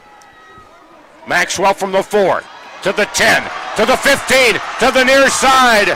Knocked into the boards at the 20-yard line of Hot Springs by Crockett. DeWandrick Crockett saving a touchdown there. Boy, Maxwell almost broke another one, and he sure provided the spark when you need one. I mean, you can't ask for a much better return than that. Now you got 20 yards. That's all you need to get a score quick if you're Duluth. So wideouts, Cromie to the near side, Couch to the far side. Snap back to Brockman. Fakes the pass to Morrison, throws it into the end zone. Touchdown! Touchdown, Harbor Monsters! Touchdown, Jamal Couch! With 1:29 to go. Holy smokes! All right now, don't be filing out of the arena just yet. We might have a game on our hands if you can score like that in one play. Where's that been all day for Duluth? Jamal Couch is second receiving touchdown on the day. So now they're going to go for the single point after from the 5-yard line. Brockman gets it. Brockman directing traffic outside the 10. Plenty of time. Throws to the end. Caught! Demo! Darius Morrison. And it's a 6-point game. How about that? Hey, I know that touchdown was caught by Darius Morrison and thrown by Hassan Brockman. Give that touchdown to the O-lineman Kyle Lester, holding up that block for so long. I mean, Brockman the Arena League had plenty of time to do whatever he wanted. We don't have onside kicks. Our version is a 4th and 20 from the 5-yard line. Here we go. If they gain the first down, they'll retain possession. If they do not get the first down, Hot Springs will get the ball back. It's also an untimed play. So the ball is placed at the Harbor Monster 5. I remember the first time we saw it. It was Ozarks, and they were on the road. We're doing the game in a production studio, and we're going, wait a minute, Ozarks just scored, and they're getting the ball back. We didn't know at the time. Learning. It's the onside play. 4th and 4th and 20. Right. You just converted a 20-yard play. How about do it again? Run it again. That's what you're looking to do. You want to get it to the 25 at least, and then you're playing. 1st and 20 from the 5, or 4th and 20 from the 5. Brockman throwing long. Cromie's got it. He's down at the 5-yard line. His first catch of the night. Welcome back, Nathan Cromie. Fans love number 19. What a clutch throw and what a clutch catch. All of a sudden, Duluth, with 2 plays, is back in this ball game. 1st and goal from the 5. Still 1:29 to go. No time went off the clock. All right, they've started the play clock down to 13. Handoff, Morrison cuts back, driving to the 1. Is he in? No, he's at the 1. Second down, Harbour Monsters at the 1. Demo to the 1-yard line, picks up 4. 2nd and goal from the 1. Snap to Brockman, looking far corner, directing traffic. In the end zone. Intercepted it. It may go all the way. Intercepted by Vishon Palmer, who takes the interception more than 50 yards. And that is a punch in the gut. My goodness. Vishon Palmer. What a way to show up late in the game. We've called his name so many times. And Hassan Brockman, it's okay to throw it away. You don't have to. He forced it. He forced the pass. We watch on replay. He's directing traffic. Now he's throwing from his heels. 2 potential receivers have fallen down. I mean, and that's just questionable. You're at the 1-yard line. 2nd down. Run the ball. Spike it. Spike it. It would have been better than that. Exactly. Yeah. But you want to know something that I've learned in all these years? What have you learned? The game is so easy up here. Oh, I mean, yeah. It's so easy up here. Armchair Coach of the Year. And I've got more than a couple of lazy boys in my background. Oh, yeah? The golden lazy boy? Oh, baby. Armchair quarterback. All right, they're going to go for 1. Snap to Ambrose. Lobs to the end zone, no good. But it's a 12-point lead. 43-31. 41.7 seconds remaining. Wow, that just sucks all the air out of the deck here this evening. And I know there are watchers, viewers down in Hot Springs that are dancing in the aisles. Man. Because this would be, without a doubt, for that new team, a signature victory. Certainly would be. I mean, wow. That was all but going to a tie.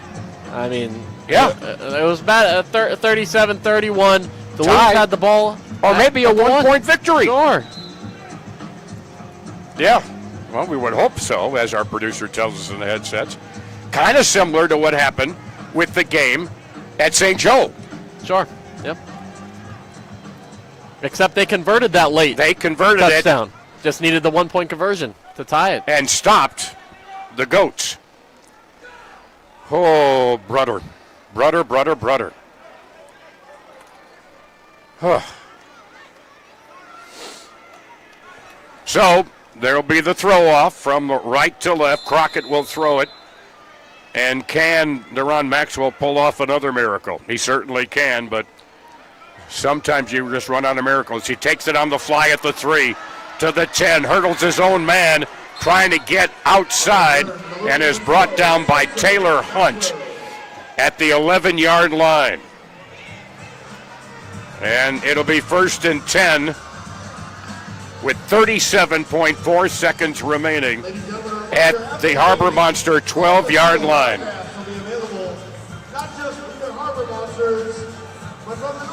Some kind of ouch felt by the Harbour Monsters this evening. And they head back on the road next week to Eau Claire. All right, Brockman back. In motion, near side goes Couch. Long throw. It is picked off. A diving catch for the interception inside the 5 by Palmer. And he runs up along the near boards. He may not be out of bounds until about the 15-yard line. It'll be 1st and 10 off another interception, and that one is the dagger. Palmer. It's kind of been a 1-2 punch for them. Palmer defensively and Ambrose offensively for them. It's been working. I mean, Deshaun Palmer has been a ball hawk just these past few plays, and he's been a great defensive back the rest of the game. Aside from that one touchdown that Jarve Flowers hauled in, but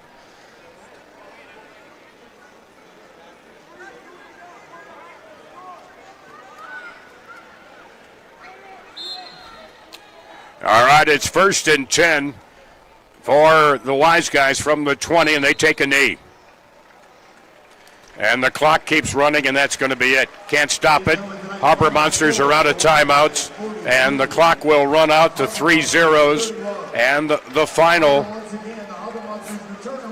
43-31. Checking here. Harbour Monsters in the second half with 1, 2, 3 interceptions. Actually, yeah. No, 4 interceptions. 4 interceptions, and that is a big story in this game here this evening. The Harbour Monsters held to 31 points. Got to do a little research. That may be the fewest they've scored in a game so far in their brief history of a year plus this year. And a huge win for the Wiseguys, a signature win for their new franchise. They go to 2-1. Harbour Monsters fall to 2-1 with the loss here heading to Eau Claire next week. A tough night tonight for the Harbour Monsters, a big night for the Wiseguys from Hot Springs. It'll be a happy bus ride home for them. We'll be back and wrap it up with the post-game show after this brief timeout here on Harbour Monster Radio TV.